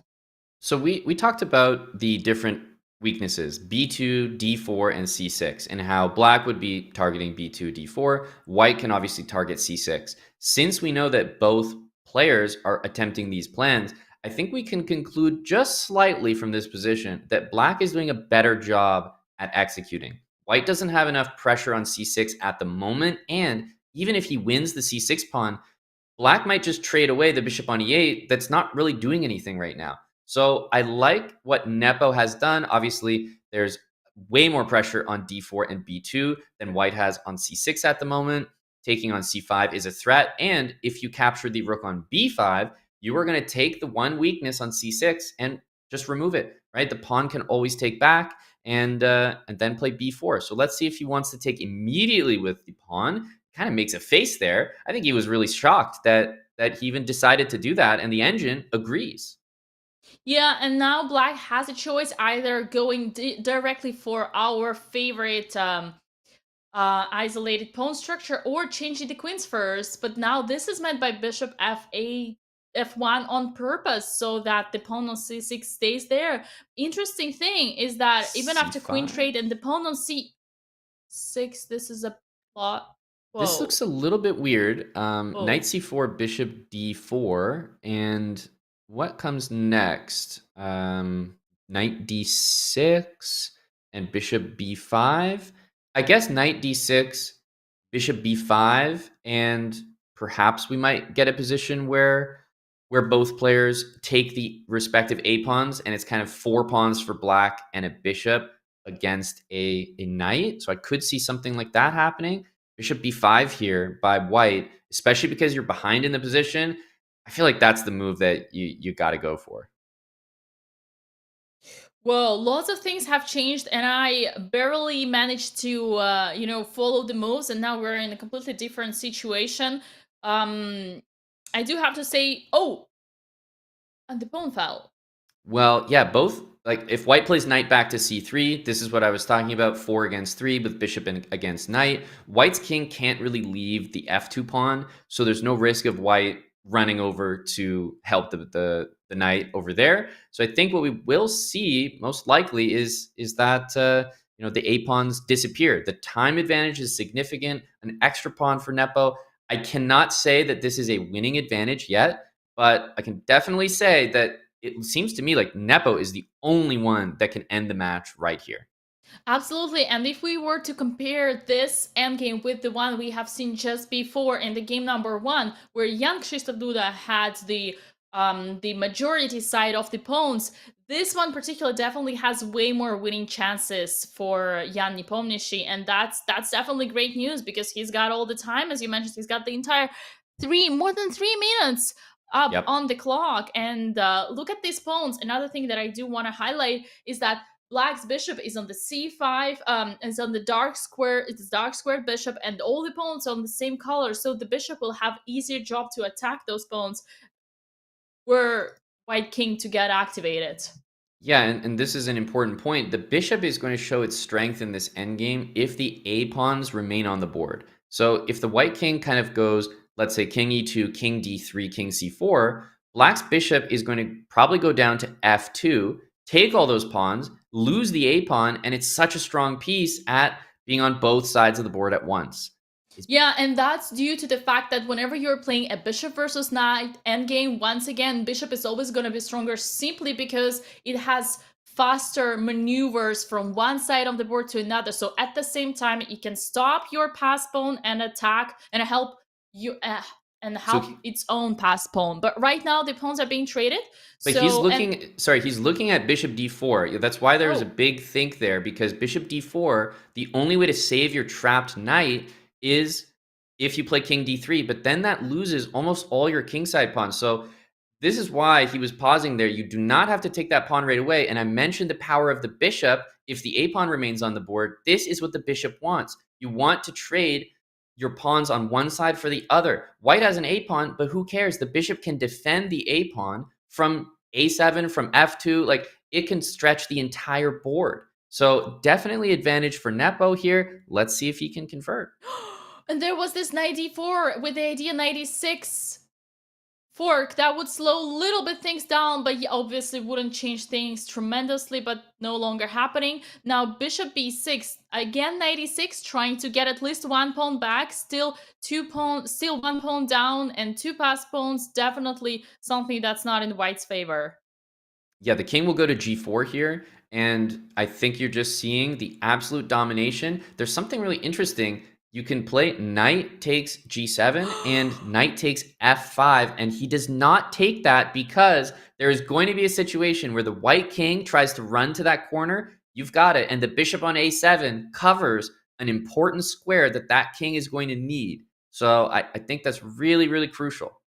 Yeah, so the whole idea here for white is, even though they were to lose those two pawns in order to win the knight, they would have to control the g2 square so that the king cannot, like, even the king from f3 Well, why don't you put it on the board? I think it could be instructive. Just put quickly knight takes g7 here, king g4, knight takes f5, king takes, obviously, king e2, king g4, king f1, and king h3. This is what we're talking about, and that white king is so desperate to cross the plane, play king g1 and king over to h1, and that's it.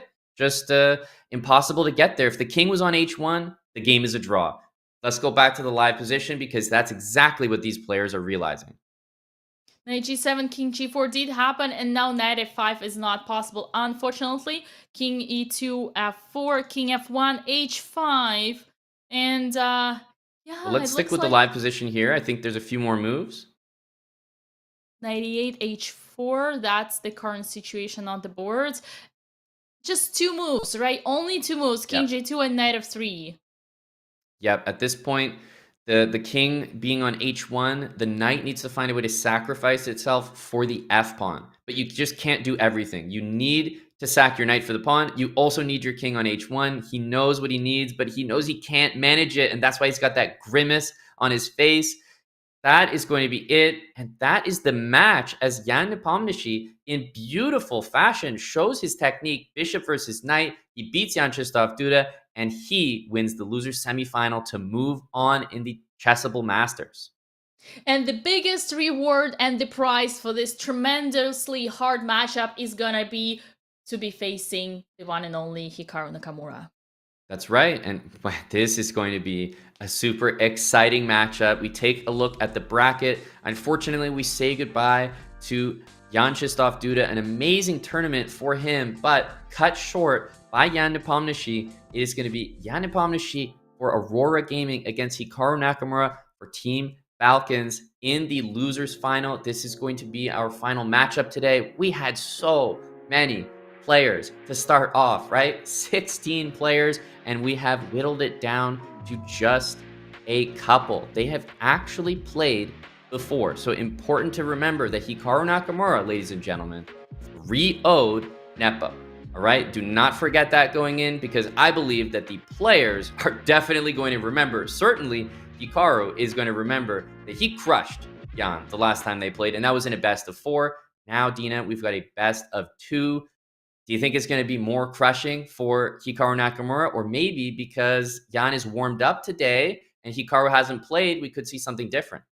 Well, definitely Hikaru is not in the best state of mind since yesterday, and hopefully he managed to move on, because he himself also just has lost 3-0 to Magnus Carlsen. Wasn't it 3-0, but it was a 3-game matchup only out of 4 possible. I do believe that a lot is on stake, of course, and that's going to be very interesting to see.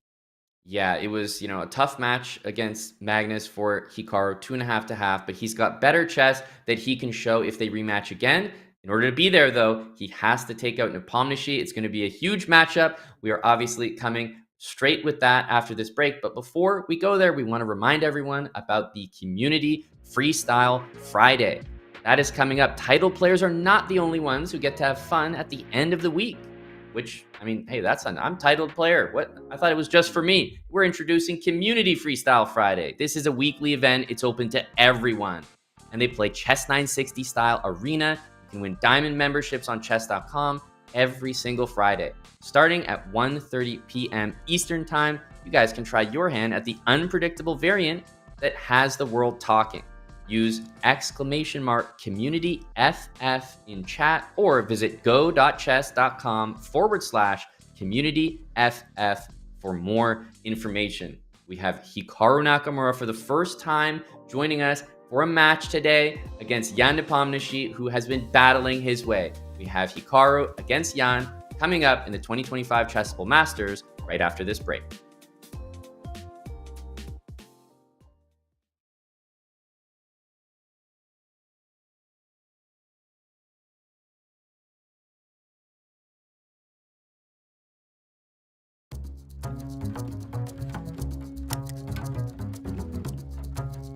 Brace yourself for a chess brawl. Nepo and Firouzja dive into a wild Sicilian Najdorf at the Champion Chess2 Finals, where every move hits like a knockout punch and the tension is off the charts. Who will survive this rollercoaster ride? I am Grandmaster Pepe Cuenca. Let's find out together.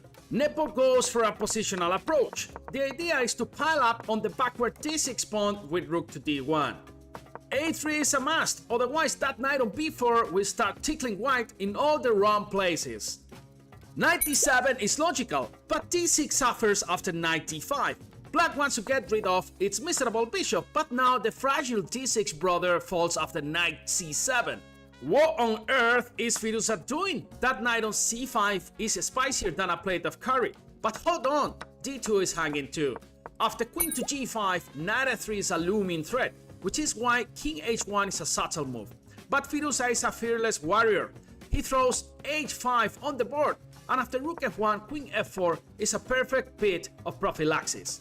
After this slow move, black is already knocking on the king's door like an uninvited guest at a party. c3 is a blunder because allows h3, and now after queen d2 with a double threat, black gets material back. The winning move here was queen to e3, threatening mate on e1, and after a queen trade, black wins after rook c8, thanks to the mate on c1. But wait, Firouzja played queen takes d4 instead, and suddenly white is back in business. We enter a roughly equal endgame, but white has a better structure and control of the d-file. Rook d6 starts making black sweat. Firouzja plays rook to b8, thinking that knight takes a4 wasn't possible due to bishop d7. But after rook b6, white grabs a juicy extra pawn, and Firouzja is left shaking his head. Nepo doesn't even blink. He just marches his pass a pawn down the board like a boss and seals the deal. What a ridiculous action-packed game!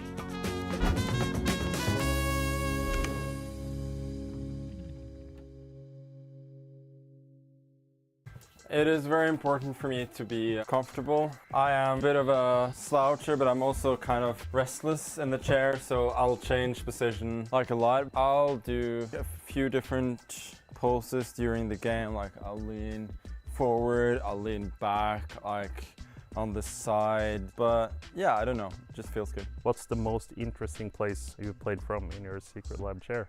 I've played a lot of weird places, mostly hotel rooms, some resorts, but I do remember one particular match against Nakamura when I'd hurt my back a bit, so I was standing over the chair. Why did you choose the secret lab Titan Evo? I do like these chairs a lot. I feel like it affords both comfort and flexibility. Wear your love of chess on your sleeve with all new apparel and accessories from the Chess.com merch store. Maybe you simply want a clock that will never run out, or a mouse pad that will finally unlock your speed chess potential. Whether you play chess to get energized with your morning coffee, or play into the wee hours of the night and witness the occasional alien abduction, we've got something for every king, queen, and knight in shining armor. Even gift cards for your loved ones who've caught the chess bug. So check out the Chess.com shop for apparel, accessories, and more. Grab your favorites before they're gone.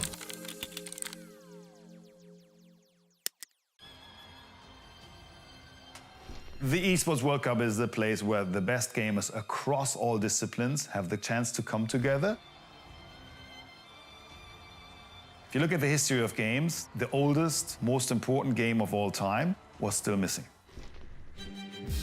The addition of chess is a super important step to have all the best games in the Esports World Cup. I think chess is perfectly suited for this format. I love having a bit of a hybrid of over-the-board live events with computers and a live audience. It is purely a skill-based game where you can test yourself against your opponent. There are no excuses if you win or lose. You will see in faster games there will be a lot of swings, fast-paced actions. So I'm really excited for us to be part of it this year. Hopefully it's the start of something big.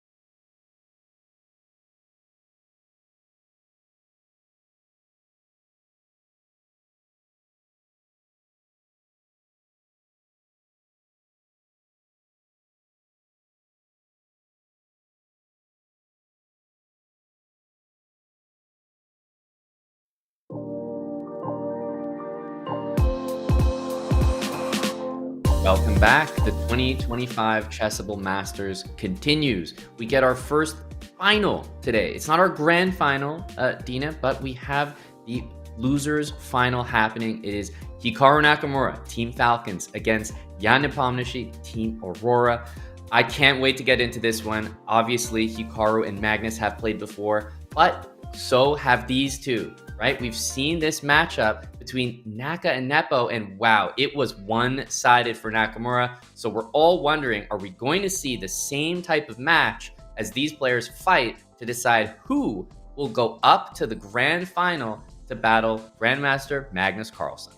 And we already see the players on the screens. They're getting ready. Ooh, well, Hikaru is almost there, but we see him on the wall for sure on the camera looks as we're taking here a glance. And I will only highlight that these two players have a very, very tense history of rivalry, and that certainly gets in their heads when they're playing chess for sure. Yeah, I think at the end of the day, I think it comes down to whether Nepo has any advantage for being warmed up. I think a lot of the chess players in this event will definitely speak to the fact that coming in and playing one match without warming up can be quite difficult. So will we see the same Hikaru Nakamura that absolutely crushed Jan 3-0 the last time that they played in this event? Or are we going to see the Jan that we've seen fight through the loser's bracket? Because for him to be here, Dina, it means he's been fighting, facing elimination just nonstop. Yeah, and well, a lot of it's gonna depend, of course, on their mindset. And oh, the game has already started, and guess what? 1b3. 1b3. Hikaru is not changing at all. And if I remember this opening, I think that it was actually between Hikaru Nakamura and Alireza Firouzja that we saw this bishop f5, knight h4, bishop back to d7. So it seems like Jan has been he's been studying his games for sure. Yeah, I recall that bishop f5 back, and then the d3 that you actually were not a big fan of for black. Now black in this position decides to go for fianchetto as well, as white already has double fianchetto, and now c4, counterattacking the center, bishop to e6, d3. That looks like, can I call it a ready? Yeah, definitely, with the knight on f3 like that. Of course, pawn getting up to c4. What we have here is kind of a setup that's definitely playable from both sides, but usually what I see in this setup is the black bishop on a different square. So personally, I would give the small nod to Hikaru in terms of the opening, because I'm used to seeing the bishop on f5, and I'm used to seeing the black bishop actually not fianchettoed on e7 or d6. So a little bit unusual that we see things this way, but knight on a6, bishop on e6, those are very unorthodox placements for those pieces, which makes me think that Hikaru has to be slightly better here. He's once again utilizing the b3 that he knows so well. Dina, why change, right? This is something he knows so well, and it's been working this event. Yeah, absolutely. And the knight on a6 you mentioned, Aman, is on the rim, so not great at all. And even though it would try to jump to b4, would be met by a3, and if jumping to c5 would be met by d4. So no potential for this knight other than just go back to c7. We see h6, an attempt to stop knight g5, which would attack the bishop on e6, because you know now the potential of 2b's, the investment that you want to make, because you can pull it out at any cost and at any time without losing your interest rates. And it's very important that the move h6 is played, because it reinforces the point that I was just talking about. The bishop on e6, the knight on a6, they're misplaced, right? They're not really exactly where they should be. And so black had to spend an extra move playing h6. I bet if that bishop was on a different square, he wouldn't need to do that. And that's why the computer is slowly saying, hang on, I start to like the position here. And hang on, is this a pawn that he's actually going to be taking? I don't think so, because there's bishop h3 that I can spy at the end of things. Yeah, we were talking about, oh yeah, so Hikaru must have thought that he was going to win this pawn, but he does not, due to bishop h3 discovered attack. And then if bishop were to defend, then the d4 knight would fall. That's why we see queen d2 finishing the development, connecting the rooks, preparing doubling the rooks. I still like white's position with a knight on d5, on d4, and the weakness on d5. Yeah, and make no mistake, I don't think I don't think Hikaru necessarily missed this. He's just happy to play this position, as you said, with a nice knight in the middle. We might see a move like f4 in the future, just to really secure the knight's placement on that nice d4 square. But for now, he's looking at trading the dark squared bishops, because that'll make black's king just a little bit more open. And at Jan Nepomniachtchi, he's had to move his bishop from e6 back to d7. He's had to move this knight to b4 only to put it back on c6. So slowly feels like he's fixing his pieces, but obviously he's had to spend some time doing it. Yeah, and the idea of trading this fianchetto bishop is very typical. Whenever you are playing against the fianchetto bishop, you do want to trade it, because the king becomes more weak, and who's going to protect the f6 and the h6? Imagine I put my knight on g4 and my pawn on h5, but right now bishops are traded, a3 kicking the knight, knight is going back, rook to c5. Hikaru is playing on all sides of the board. Well, right now he's playing on only one, but trust me, he is looking at that juicy little king on g7. Yeah, and the queen comes to f6 before Hikaru can play, for example, queen c3 or queen b2 and take the diagonal for himself. The pawn push to b4 is always possible, but I think that's why we see rook f to c8. That move might shock some of our viewers because it's like, why would you leave your rook in the corner like that on a8? But I think he just understands that the move b4 is so likely in the position that that rook is doing a good job supporting a5, but also if the A file opens, you want to be the first one there to claim it. So I like that decision, bringing the other rook over, and the computer tells the story. Very, very even to start things off. I will say in the long run, though, the bishop on g2 feels slightly better than the bishop on d7. Nothing to the point where I think there's a big advantage for either side. Yeah, and we'll just add, if the ideal scenario were to happen, we would just ask ourselves what are our best pieces and our worst pieces, and if we could remove one piece off the board, we would just remove this knight from c6 and this bishop from g2, and then white would have a dominance of a great knight against a bad bishop due to this structure, all the pawns on the white color. And me saying that, actually watching e4 completely changing the structure here potentially after pawn trades. Yeah, and we may very well see, I mean, certainly the rook needs to move back on the c file. We won't be seeing rook b5 or anything. There's definitely some pressure on the knight on c6, which is why e4 was played. Maybe trying to play like after an exchange, maybe try to play e5. The bishop on d7 also becomes loose from the queen on d2. So you can see the intention from Hikaru, but Nepo, I mean, he's leaning back in his chair. He's just trying to figure things out here. I don't think he's that concerned about what he sees, but this is also only game one. And it's kind of a more peaceful start. Nothing too crazy happening. And a reminder, guys, this is, even though it feels like, it is a final of sorts and we've got two titans matching up, it's still a matchup in the losers bracket, which means it is only best of two.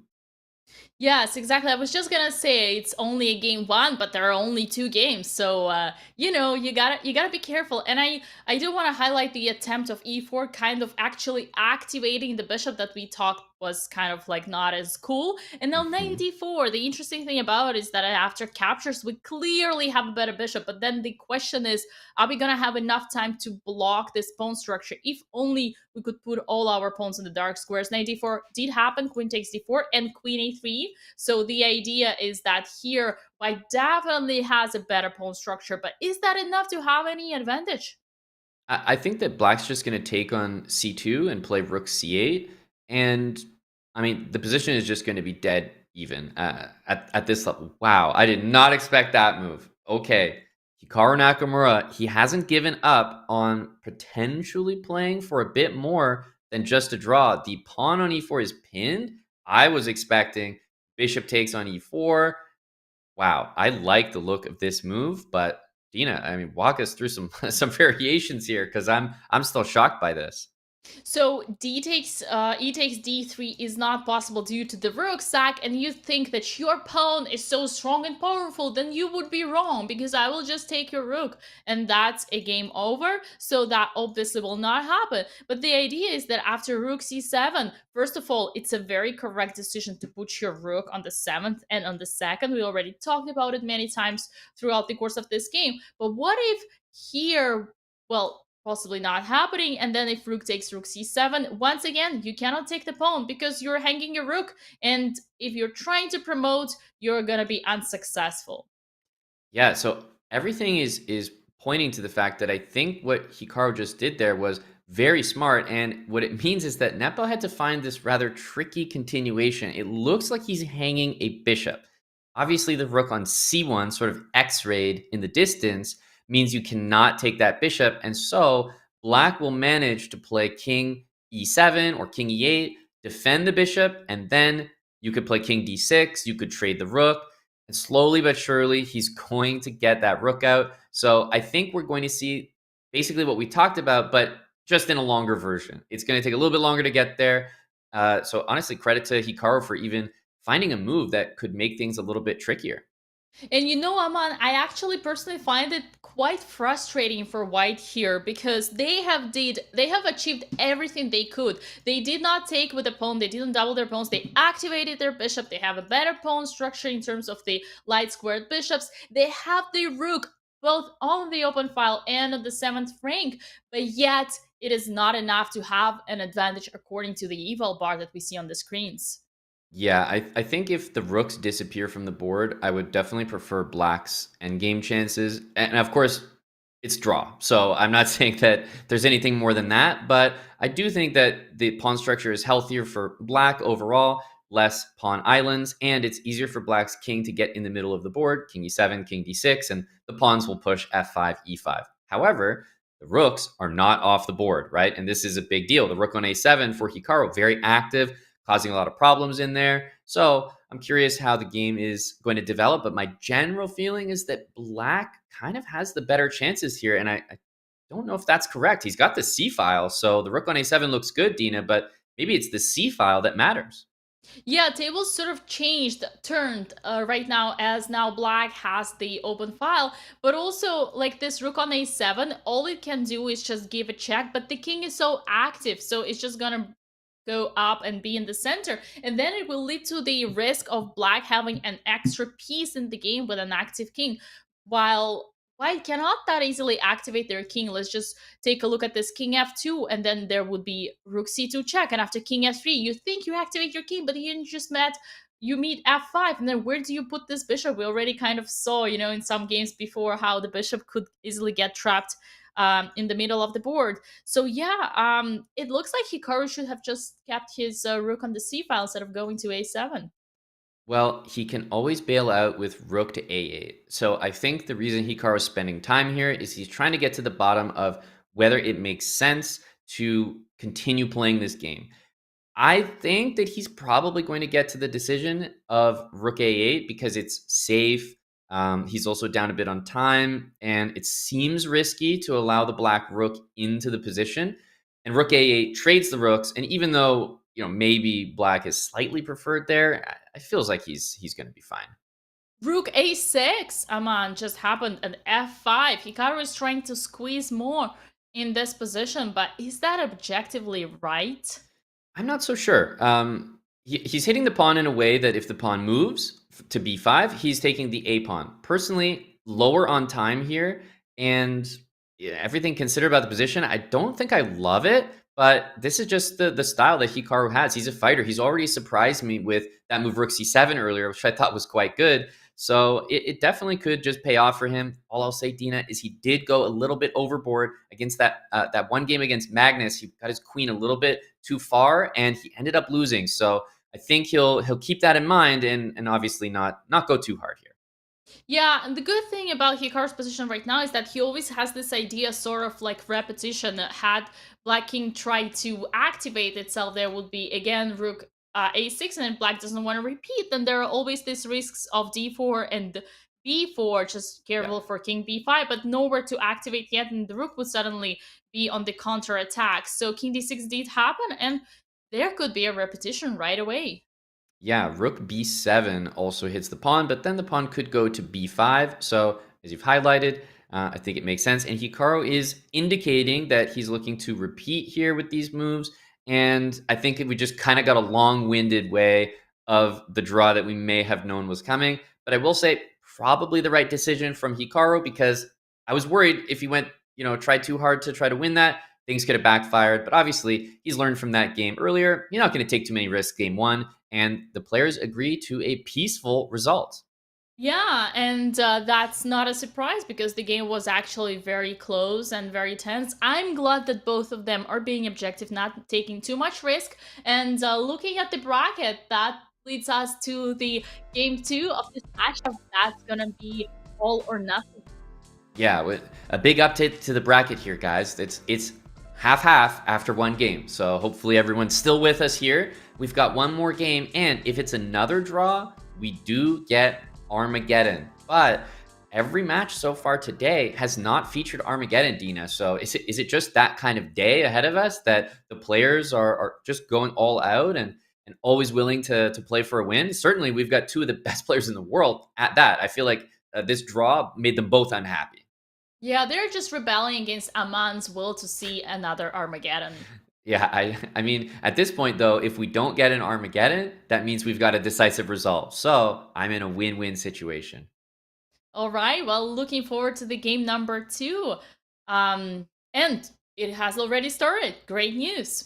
I mean, this is definitely one of my favorite things about the format is I feel like we're never waiting for games to begin. And this is an opening that I feel like Nepo said, oh, that was an interesting match that you played against Alireza. Let me play every single opening the exact same way.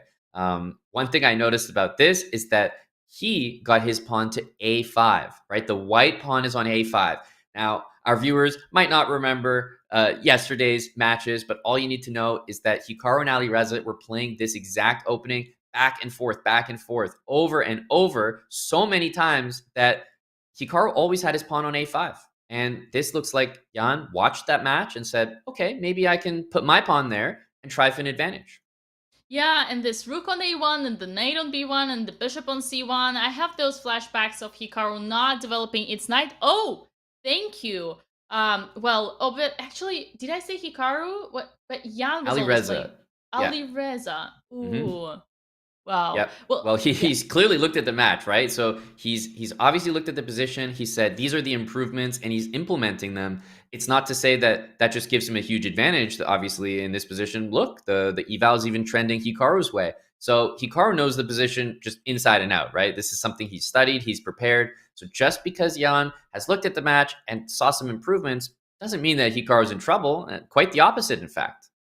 Yeah, and now when we see the knight coming to d7, we can probably highlight that it's going to f8, protecting the bishop, potentially moving this d-pawn, also sometimes to g6 and then going to f4, Aman's favorite square that he always fears of and has nightmares about.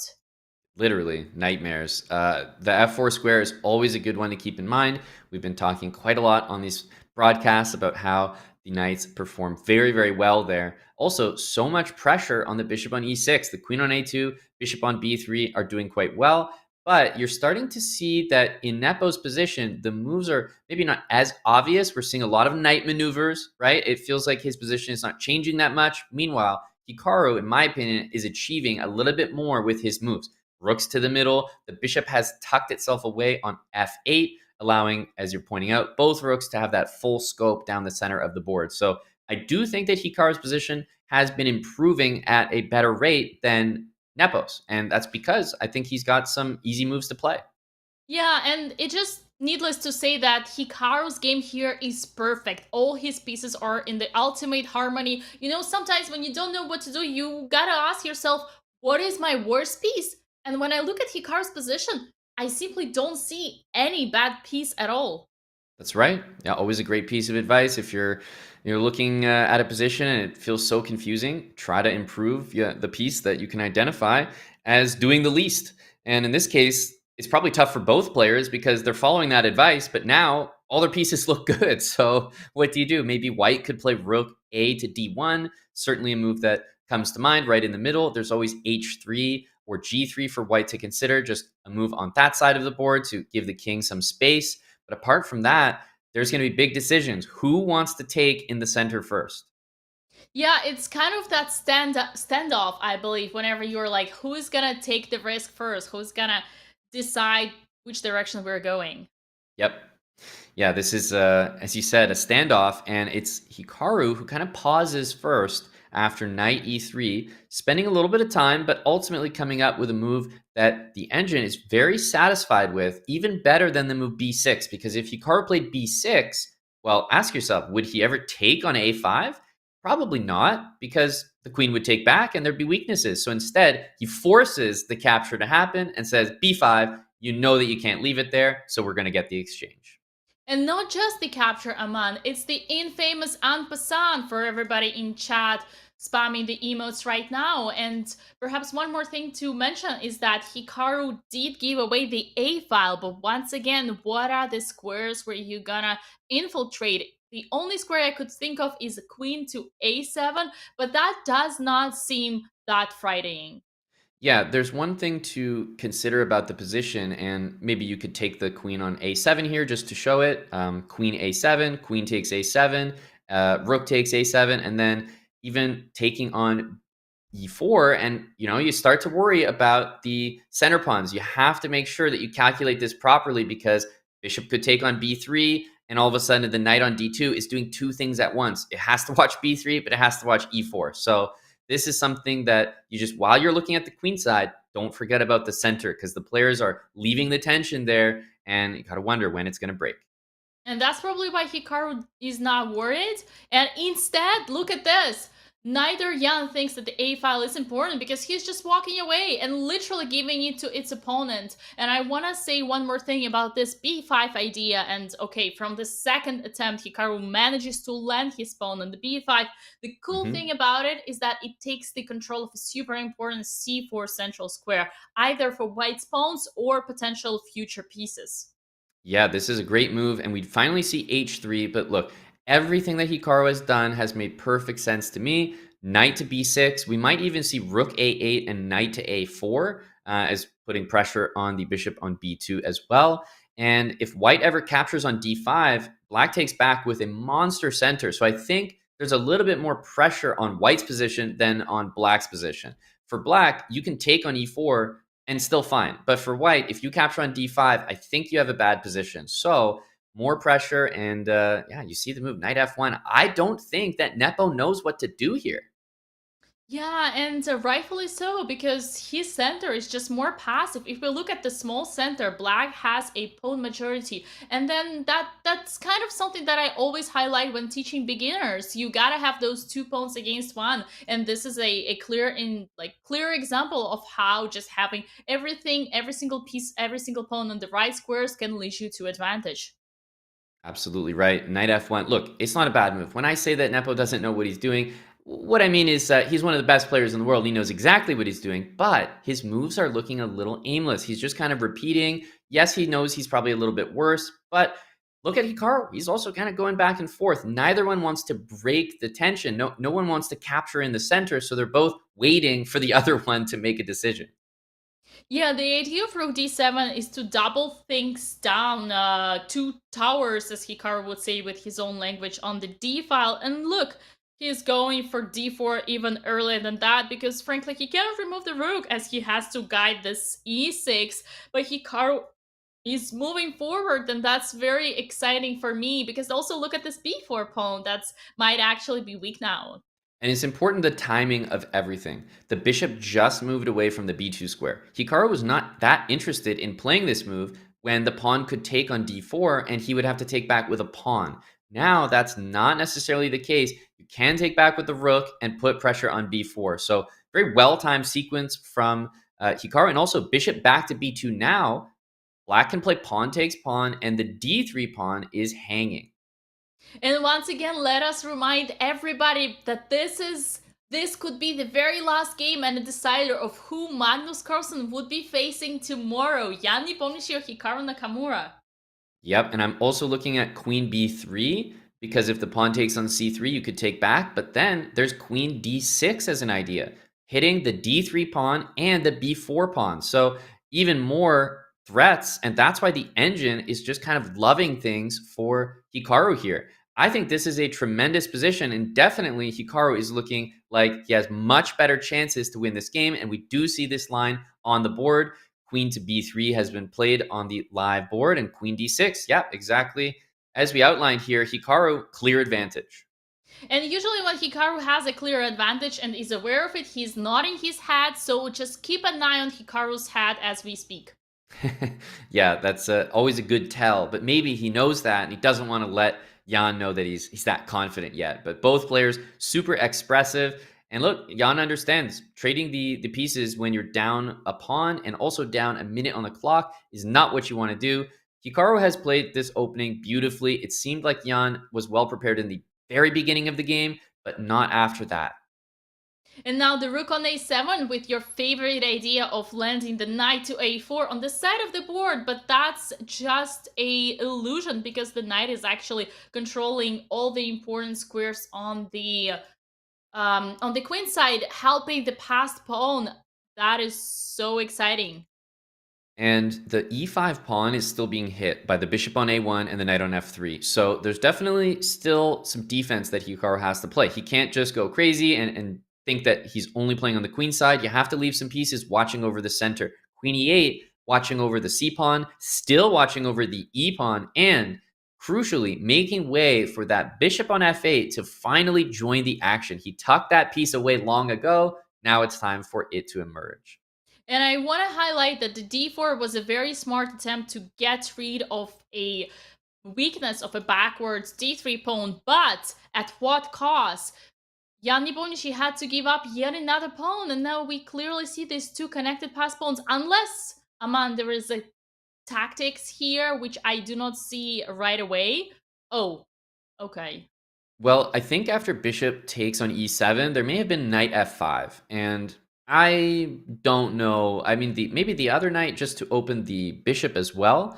But yeah, it just doesn't look like a position that you want to be in. If you move the bishop to f8, bishop takes f6 is devastating. So I think what we're seeing here is Hikaru Nakamura just understanding the difficulty level that position would have. Too difficult to play. Instead, he says, I'll only be up one pawn, but I'm going to know exactly what my plan is.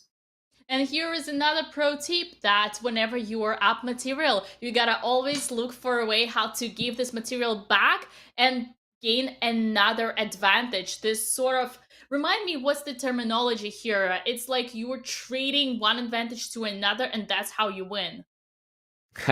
I'm not sure if there's a specific word for that, but you know, maybe cashing in. At this point, I think that he's done exactly that. He's sort of had the two connected pawns. Now it's just one pass pawn. He does not want to allow bishop takes f6 and double those pawns. I think he would only do that if there was a guarantee that he had some calculation going. Maybe the pass pawn goes too fast. In general, structurally, that is a very, very bad thing to allow. But up time, right? One extra minute here, up a pawn. This looks like Hikaru Nakamura is probably on his way to facing Magnus Carlsen again as he simplifies more material here. Yeah, although the engine does not the latest knight trade, I wonder why. Uh-oh, don't tell me that the b5 pawn is no longer protectable.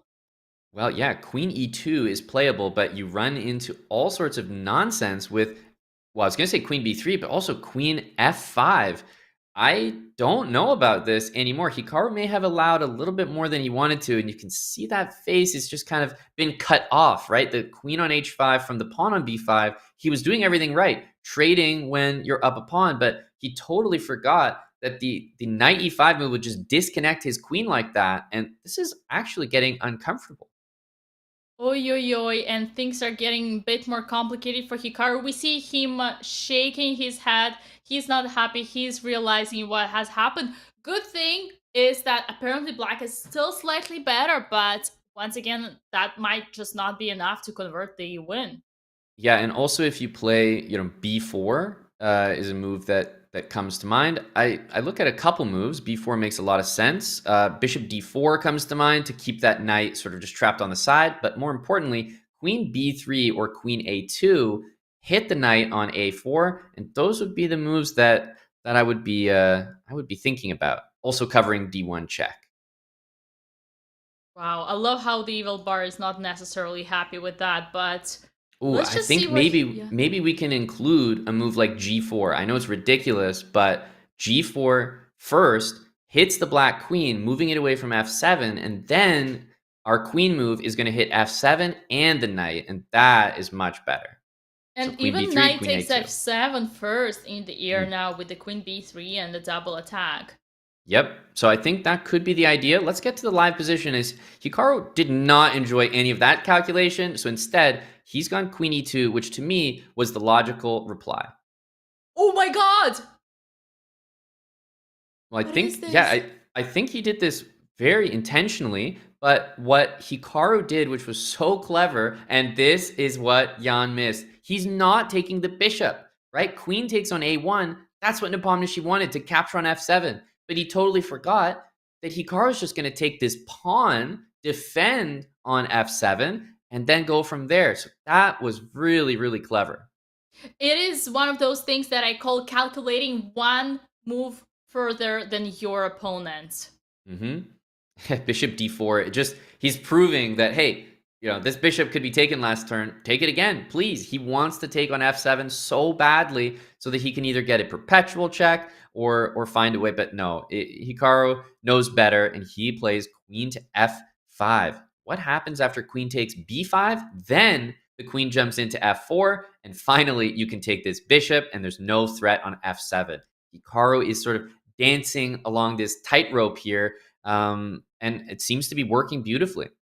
And look at Jan's face. He's definitely not happy. He realizes what he has done. I'm so curious what was the move, because after queen e2, apparently it wasn't queen b3. But was there another option? Looks like we don't have time right now to look. Well, I think that it was the move that I was mentioning earlier. Queen f5 was the exact same idea, but I thought that this was like just a better version, right? Because it protected that. So the game would still continue, but obviously in our live position here, it's all Hikaru as the eval bar is stretching way down to the end of the screen. Nepo probably knows that these are his final moments here, but let's see if he can make anything happen, as he's definitely not going to give up without a fight. But a win for Hikaru takes him to the grand final against Magnus Carlsen. And makes me wear yet another pineapple shirt tomorrow. Well, there you go. He can't let you down now. G3 has happened. Queen to c4. Little chance still for Hikaru to slip this, but he has 2 extra pawns, and his opponent is now with a clearly weaker king. Yeah, the g3 pawn is hanging. There is a queen e8 check possibility, which hits the b5 pawn, which hits the f7 pawn. So instead, he's just going to go safety first, and he's going to move onto a diagonal that his own queen is on. So it's very, very safe. I'm taking this knight right away. I agree with you. Take it, but the only thing he's going to be considering is, hang on a sec, I want to make sure that my knight on a4 doesn't end up completely trapped by this bishop on d4. I'd be a little nervous about an endgame like that, but, just want to double check. Whoa, and Hikaru does not take, because he says that his bishop is just strong enough. G4 check, and let's look at the time situation. These 2 players are completely even, so there is still a hope for us to get some fun in the time scramble. Always, yeah. Time scrambles can decide absolutely everything. Hikaru, he has lots of checks. D1 is available. You can always push the pawn. Instead, he goes for f6. Interesting. Queen, maybe knight d3, threatening queen e4 check. Ooh, that is very nasty. Queen c6, how about that? But then, honestly, I would consider queen e4 there. I know it's trading, but I wonder if it's possible to make it happen. Queen e4, and guys, there's only a minute left. The nerves are hitting both players here. No increment chess. Hikaru is up 2 pawns, but Nepomniachtchi, a fighter to the very end, is still making threats. Okay, how about we need to move our knight. We need to bring the knight to the game. So obviously, oh, bishop f8. Yeah, I don't mind that at all. Bishop f8 played. I mean, the computer is probably going to hate all the moves that are about to happen, but they make sense to me. Bishop f8 is a safety move. Knight c3, but isn't that a blunder of a pawn? But no, but because we are up another pawn, and here we are in my dream endgame, a queen and a knight. But wait a minute, Hikaru can lose here if he's not careful. Knight, f4 to g6. The light squares are super weak. In general, there's, easy moves for the white queen to make. Hikaru has definitely messed this up, and he's even down on time. You could get ambitious for a win here as Nepo. Yeah, and I do want to highlight that the queen and the knight are stronger than the queen and the bishop, because whenever the knight is near the king, there are absolutely no checks, but that's not the reason. The main reason is because there is nothing that the bishop can do that the queen cannot, but that's not the same for the knight.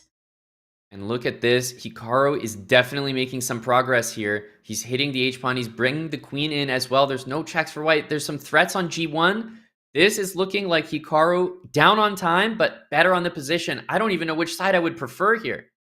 I'll tell you this right now. We are definitely in Hikaru's comfort zone, because he is the king of swindles and time scrambles. There's queen f8. This is a huge move. I don't even know if he missed this. He's laughing. I mean, this just looks like a draw.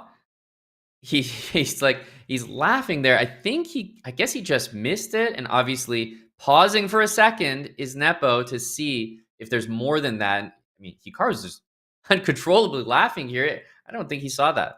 Yeah, he has no choice because king h5 would be met by the checkmate in 2, and that game has just finished in a draw. Good thing to see Hikaru being in a good mood after throwing a win. But Aman, I've got exciting news for you. Let me guess. Are we going to Armageddon? Yes, we are. That is the one good thing for chess fans after that, is that we get to run it back again. Armageddon. Let's break it down. Black wins with a draw in Armageddon. So that's how we get a finished match guaranteed. But since that's such an advantage, obviously both guys are going to want to play with the black pieces. They could win or they could draw to win the match. Now, both players are going to enter bids. How low are they willing to bid, right? The lowest bid between them is going to get the black pieces. White always starts with 10 minutes. So we'll await the players' bids, Dina, as they decide, how much time am I willing to take as a deficit to play with the black pieces? We saw Hikaru in his match against Alireza, he bid as low as 6 minutes as his final bid. That means he played with a 4-minute time disadvantage just to have the black pieces. So, Dina, I don't know what you think about the Armageddons we've watched. I mean, would you rather be white or black in this matchup that has been all draws? I mean, honestly, looking at how this match went, Hikaru was actually pretty comfortable in both positions. So honestly, I don't think the color is important here. And when Hikaru is starting with 1b3, it's not like he really needs white pieces. So I would not be surprised seeing Hikaru beating as down as 5 minutes on the clock. Wow. Okay, well, we'll wait for the bids to come in. And before we preview that match, I want to talk to you about Chessable Preview, where you can take a look at variations in advance. If you're seeing openings that you like from your favorite players in the Chessable Masters, Chessable Variation Preview lets you sample the trainable variations from any paid course for free. Allows you to explore different courses on openings, endgames, tactics, strategy, and everything else in between. You get 10 free previews per month, and all you need to do is visit a course page and click Explore Variations. Try it for yourself at chessable.com or use !Chessable in chat. We have the epic conclusion of Hikaru Nakamura against Jan Nepomniachtchi in the losers final to decide ultimately who is going to be up against Magnus Carlsen. Armageddon, the 2025 Chessable Masters, is right after this.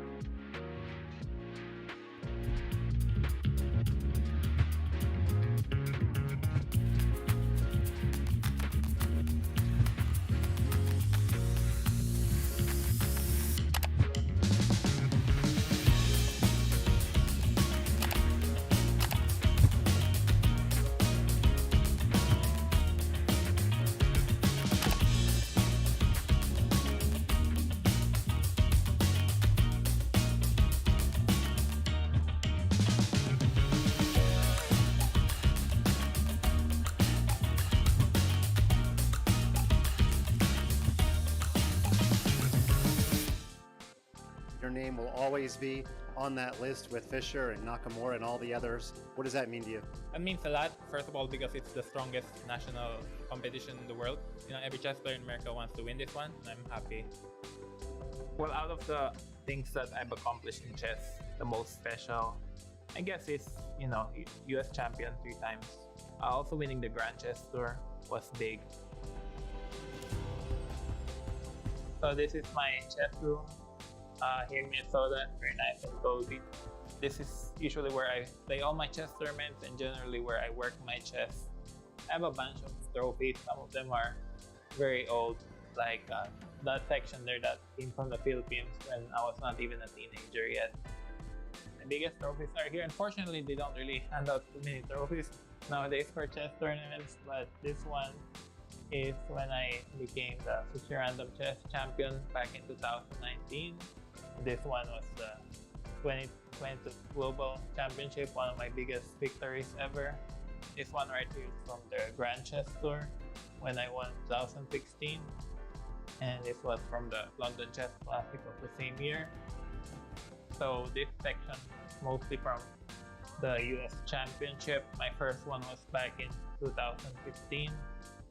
I finished third place. Not really ideal, but Hikaru won first. This one in 2016, I finished second, you can see. And in 2017, I finished first. It gets better every year. And in 2020 and 2021, I also won first place. I made sure to save this one, my date night coupon with Danny, which I got during the Christmas exchange gift courtesy of Chess.com. Oh my gosh. So we promised Danny will frame it. This was 2017. I won also the Tata Steel Chess Masters. Was one of the best tournaments I ever played in. I played a lot of Olympics. We only won the gold medal once, but incredibly wonderful. So we won gold back in 2016. We had an incredibly strong team with Fabiano, Hikaru, and me all in the top 10 at that point. And then I also won the individual gold medal for third board back then. I'm very proud to represent my new country, United States. I'm also a citizen now. I've always liked playing in team events, and representing the United States is one of the pride and joys of my life. I love it when I'm playing for something. Chess is a very individualistic game. It also feels very lonely playing and traveling by yourself, and I've done that many times. I just like the team spirit.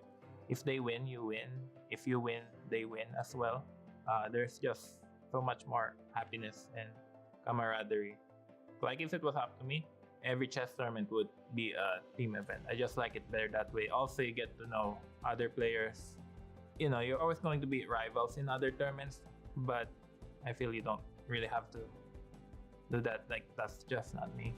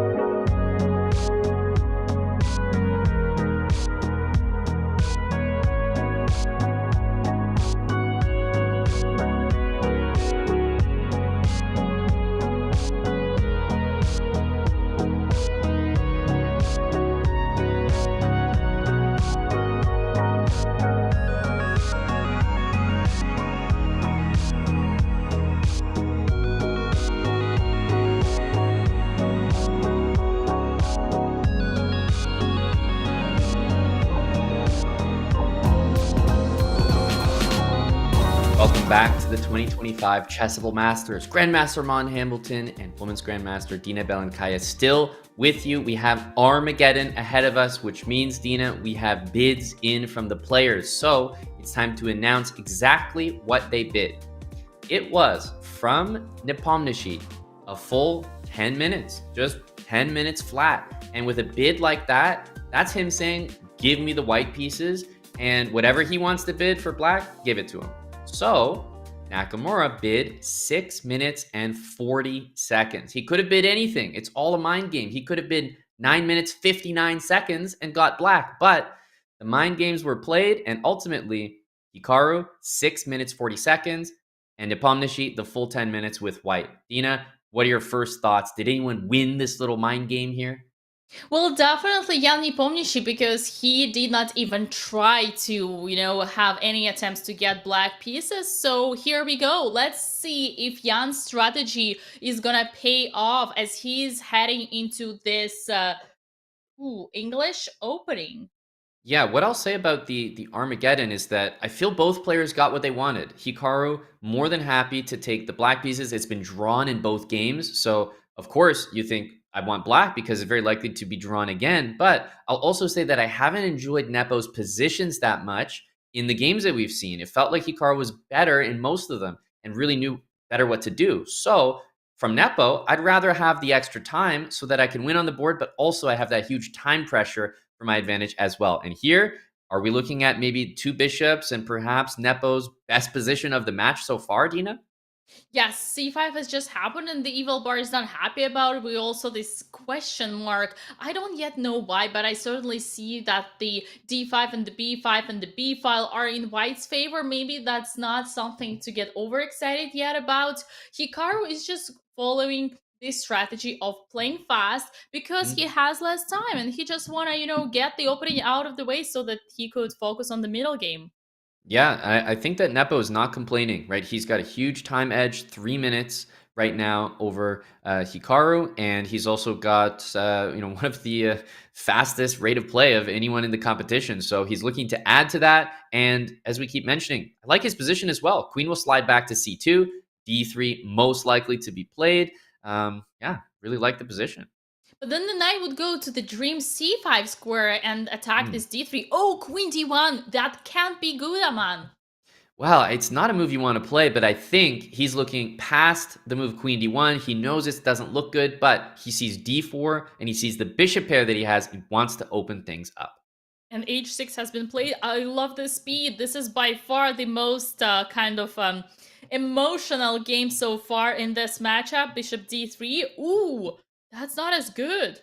I was actually going to ask about the move knight takes f2 there for a second. And on the last move, I wonder, was that possible? Knight takes f2? Hikaru's kind of looking away like, oh, did I miss something? Yeah, knight takes f2. He realizes it, and that's why he looked away. He was upset with himself because there was a moment he could have sacked the knight and then won his piece back, and he would have just like immediately traded so many pieces there. So he's definitely upset with that miss. And look at Jan's body language and his posture. He's like, what am I doing? Whatever, it's all fine. And I think he actually found the precise continuation. The engine loves it, and the bishops have also been traded on g6. So yes, he traded away his bishop pair, but he's opening everything up. This game is getting wild. Even though the time advantage is shrinking, I think that Jan is giving himself a very imbalanced position and a very good fight to make this game decisive. That's definitely something that white wants, and Hikaru is doing just fine still. He is psychologically probably in the worst situation because he could have finished this match in the previous game without any headache, but here we are, and it's time to move on and just be in the moment. That's right. A4 hanging. Let's not forget that. If white plays like even knight d4 or something, and the pawn on d5 gets captured, then he can always reclaim it by capturing on a4 as well. So time to decide exactly what to do here. In general, white's pawn structure is much better. Black has those double pawns near the king, the isolated pawn in the middle, the a4 and the b7 pawns are a little disconnected. Wow, bishop takes f6 has been played. What a committal move, and rook takes c1, getting pieces out of the way as Hikaru only needs a draw, and that's a smart thing to do. Simplify the game as he's lower on the clock, taking the knight on f3, bishop came back to b2, and now the d5 pawn is gonna fall. It looks like Hikaru is in the perfect situation as long as he doesn't blunder the mate in one. I think he's gonna bring the queen back, either f7 or d7, chooses queen d7, and honestly, we talk about how Hikaru's done a decent job. I agree, but in terms of the position being imbalanced, I think that Jan is still, he's doing the right things. He's got that long-range bishop. The knight is going to get to the c4 square. So on the board, absolutely, Hikaru is killing it in this game so far. He's doing everything right, but still at time advantage. Yeah, look at this beautiful prophylactical move of rook a7, stopping this nasty little rook d1. But now the knight on c4, beautiful outpost. The knight is on its strongest position, as you remember, I highlighted this many times. Knight is controlling both sides of the board, and let's not forget pawn majority for black on the queen side. Even though b5 right now is a backwards pawn, but a3 is the weakness, and that's a potential pass pawn. And a3, most importantly, is on the dark square, so potentially huge weakness here as the bishop is on the dark squares as well. Nothing can be moved for white easily. The queen is stuck guarding the a pawn. The bishop is great on d4, but that's it. It's just on d4. The rook can't participate. The queen is hitting the f3 pawn, which means the white king is stuck on that. So it looks like everybody kind of has a job at the moment. And, you know, Hikaru can also make a draw with queen g5 and queen back to d5, or queen g5, queen h5, hitting all of the pawns in the position. So I'm looking at this and have to be excited. And yeah, he decides to trade, which was the engine recommendation. But, Dina, you can appreciate how this is exactly what Hikaru wanted to see. Absolutely, and what a better thing to do is just to simplify. And now the king is even better. Now black is playing with 3 pieces and white is only with 2. King f3 has to happen, but then king d5. I mean, honestly, well, knight d2 would win the game after king f3. So that's exactly why you're right. King f3 is the only move that makes sense, but you can't even play it. So I feel like I love Hikaru's position here, and I'm kind of shocked that that there's nothing better. Knight d2, is he going to go for the trade? G7 is weak after that. I don't know. Well, maybe you don't even need that g7 because you can always just play h5 and then knight to c4. This a3, I can tell you that these 2 pawns are going to be way faster and more dangerous than the white's pawn. It did not happen. Hikaru chooses to keep the rooks on the board, probably just not taking any risk whatsoever, as this is Armageddon. Hikaru only needs a draw, and once again, look at the clock. The time situation is almost even. Honestly, I haven't seen an easier game in this matchup than this one. Yeah, but the last couple moves from Hikaru, I mean, he's shaking his head as well. I do not like what's just occurred here. The bishop was on d4. Black had control. All of a sudden, the bishop is now watching the a pawn, which means you don't need to be concerned about it. And the white rook is infiltrating. So all things considered, I think Nepo has definitely made some serious improvements here. I think we just jinxed it, because look at this pawn structure. Hikaru just voluntarily created weak double pawns, and now white has a clear pass pawn. As you mentioned, bishop on b4 is not the same as bishop on b2. The b5 is on the air. It cannot be captured due to some tactical reasons, I believe, activating the rook. But great thing for Hikaru, he has a potential of making a perpetual as we speak. Yeah, obviously Nepo's not going to allow this one. He's just trying to figure out the best way to arrange the pieces. If the knight goes to d6, he can take it and grab the b5 pawn potentially. It's always an option. And once rook takes b5, you're also hitting g5, and then you're hitting g7. So you could take all those pawns very, very quickly.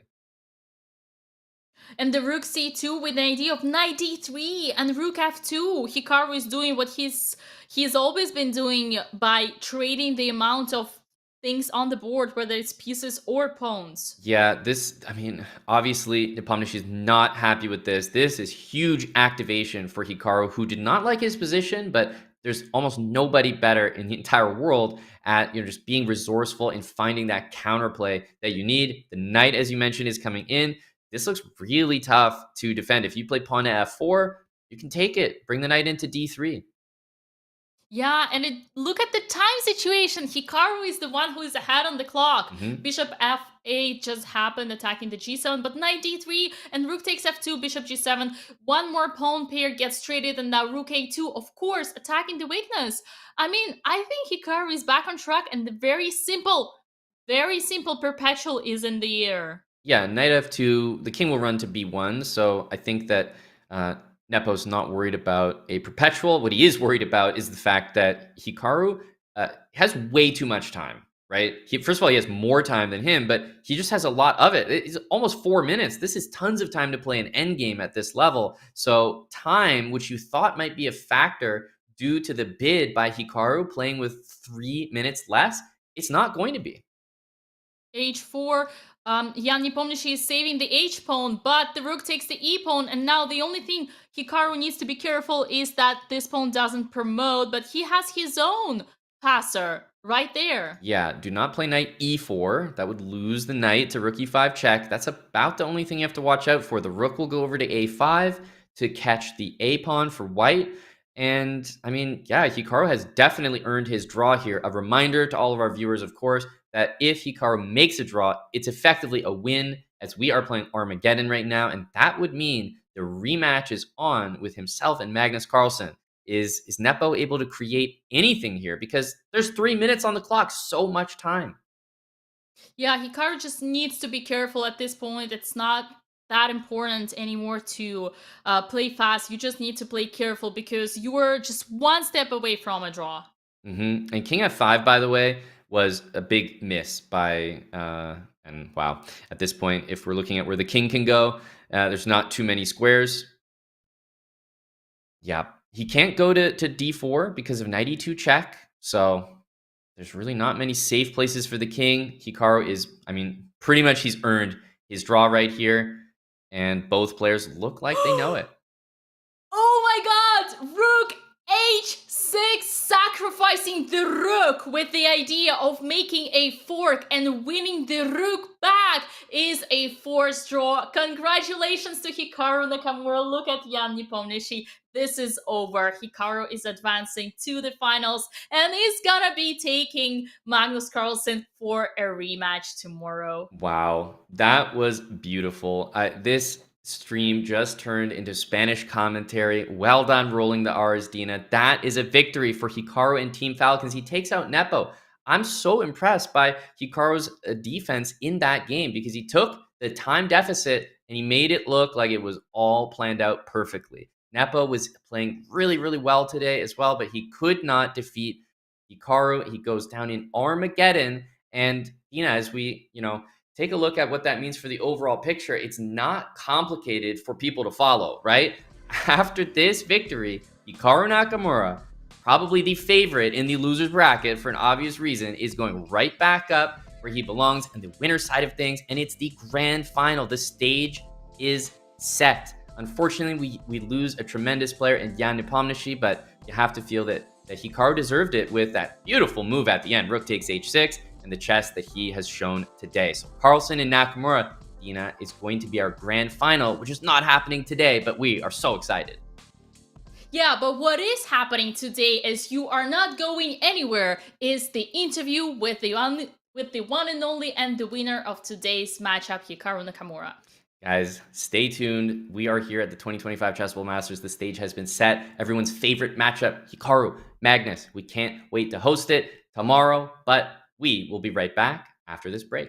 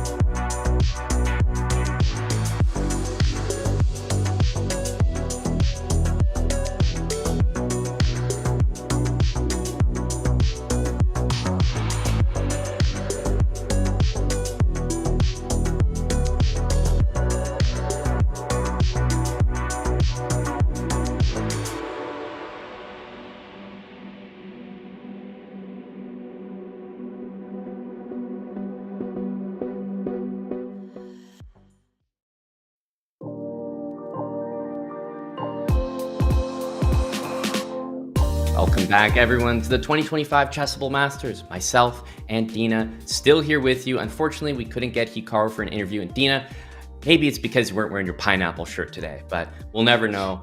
Instead, what we can focus on is tomorrow. And I want to get your thoughts, Dina, because tomorrow is the grand final, right? This is Magnus, this is Hikaru. And they've already played where obviously Magnus was victorious 2.5 to half, but I have a feeling that we're going to see Hikaru's best tomorrow. You mentioned great final, Aman, and I'm here for the great comeback by Hikaru Nakamura, who has shown his dominance today against Jan Nepomniachtchi, and honestly well deserved. He was on the lead in the both games, right, that we saw, and then the second one was a little bit a swindle by Nepo, but then Hikaru finished the job in the Armageddon, so well deserved, and hopefully we're gonna see something better than a 3-game match that we saw in the winners bracket yesterday. And let's remind that, everyone watching needs to remember, as we go back to the grand final, there is going to be a potential reset. So obviously, we're looking at a best of 4 in the grand final. But if Magnus loses, he's not out, right? This is a double elimination. So if he loses, they play all over again. So we're potentially in for the best treat in chess. Magnus and Hikaru just going toe-to-toe against one another for a potential 2 matches plus Armageddons in both. So guys, tomorrow, don't miss it. We'll be back commentating and bringing you all the action focused on Magnus versus Hikaru, Liquid versus Falcons. But as we say goodbye to everyone here, thank you very much for watching. We have to remind everyone about the Valentine's sale. I mean, the day may have come and passed, but it's still Valentine's season, and Chessable is spreading the love with up to 55% off courses as a Chessable Pro member. There are over 150 courses available in this sale. Now's your chance to learn from the very best authors in chess. Visit chessable.com/Valentines or !Valentines in chat to start browsing. So Tina and myself will be back with all the action tomorrow. It is Magnus versus Hikaru. Dina, any final thoughts for our viewers? Well, I can tell you right now that tomorrow I'll be wearing my favorite shirt in the support of my colleague streamer. There you go. Nothing more to add after that. Guys, it's been a day. Thank you for watching the 2025 Chessable Masters. Hikaru, Magnus, don't miss it. It's tomorrow. Bye for now.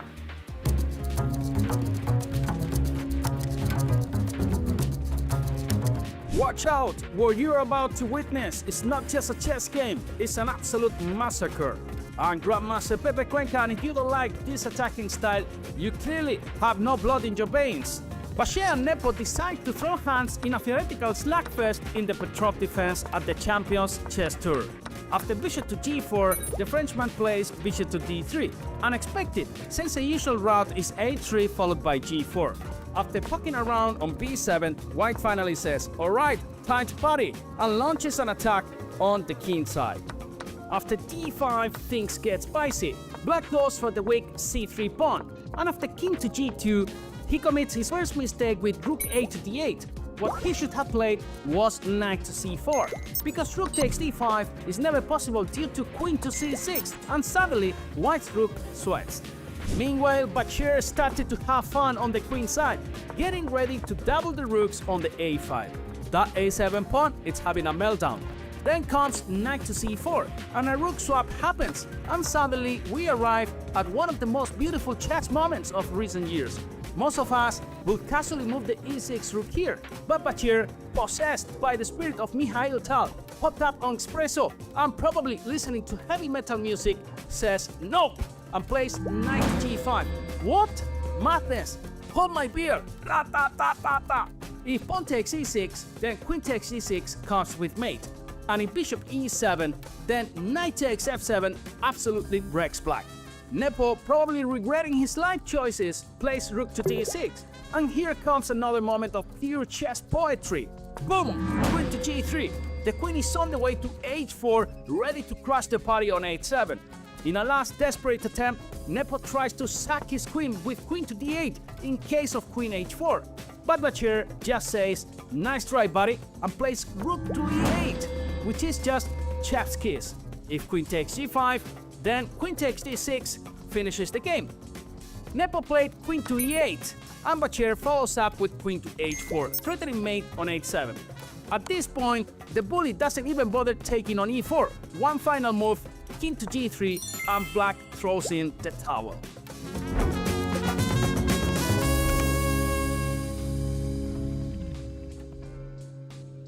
What if I told you I became a grandmaster by solving the same exact chess exercises over and over again? Yes, it sounds a little crazy.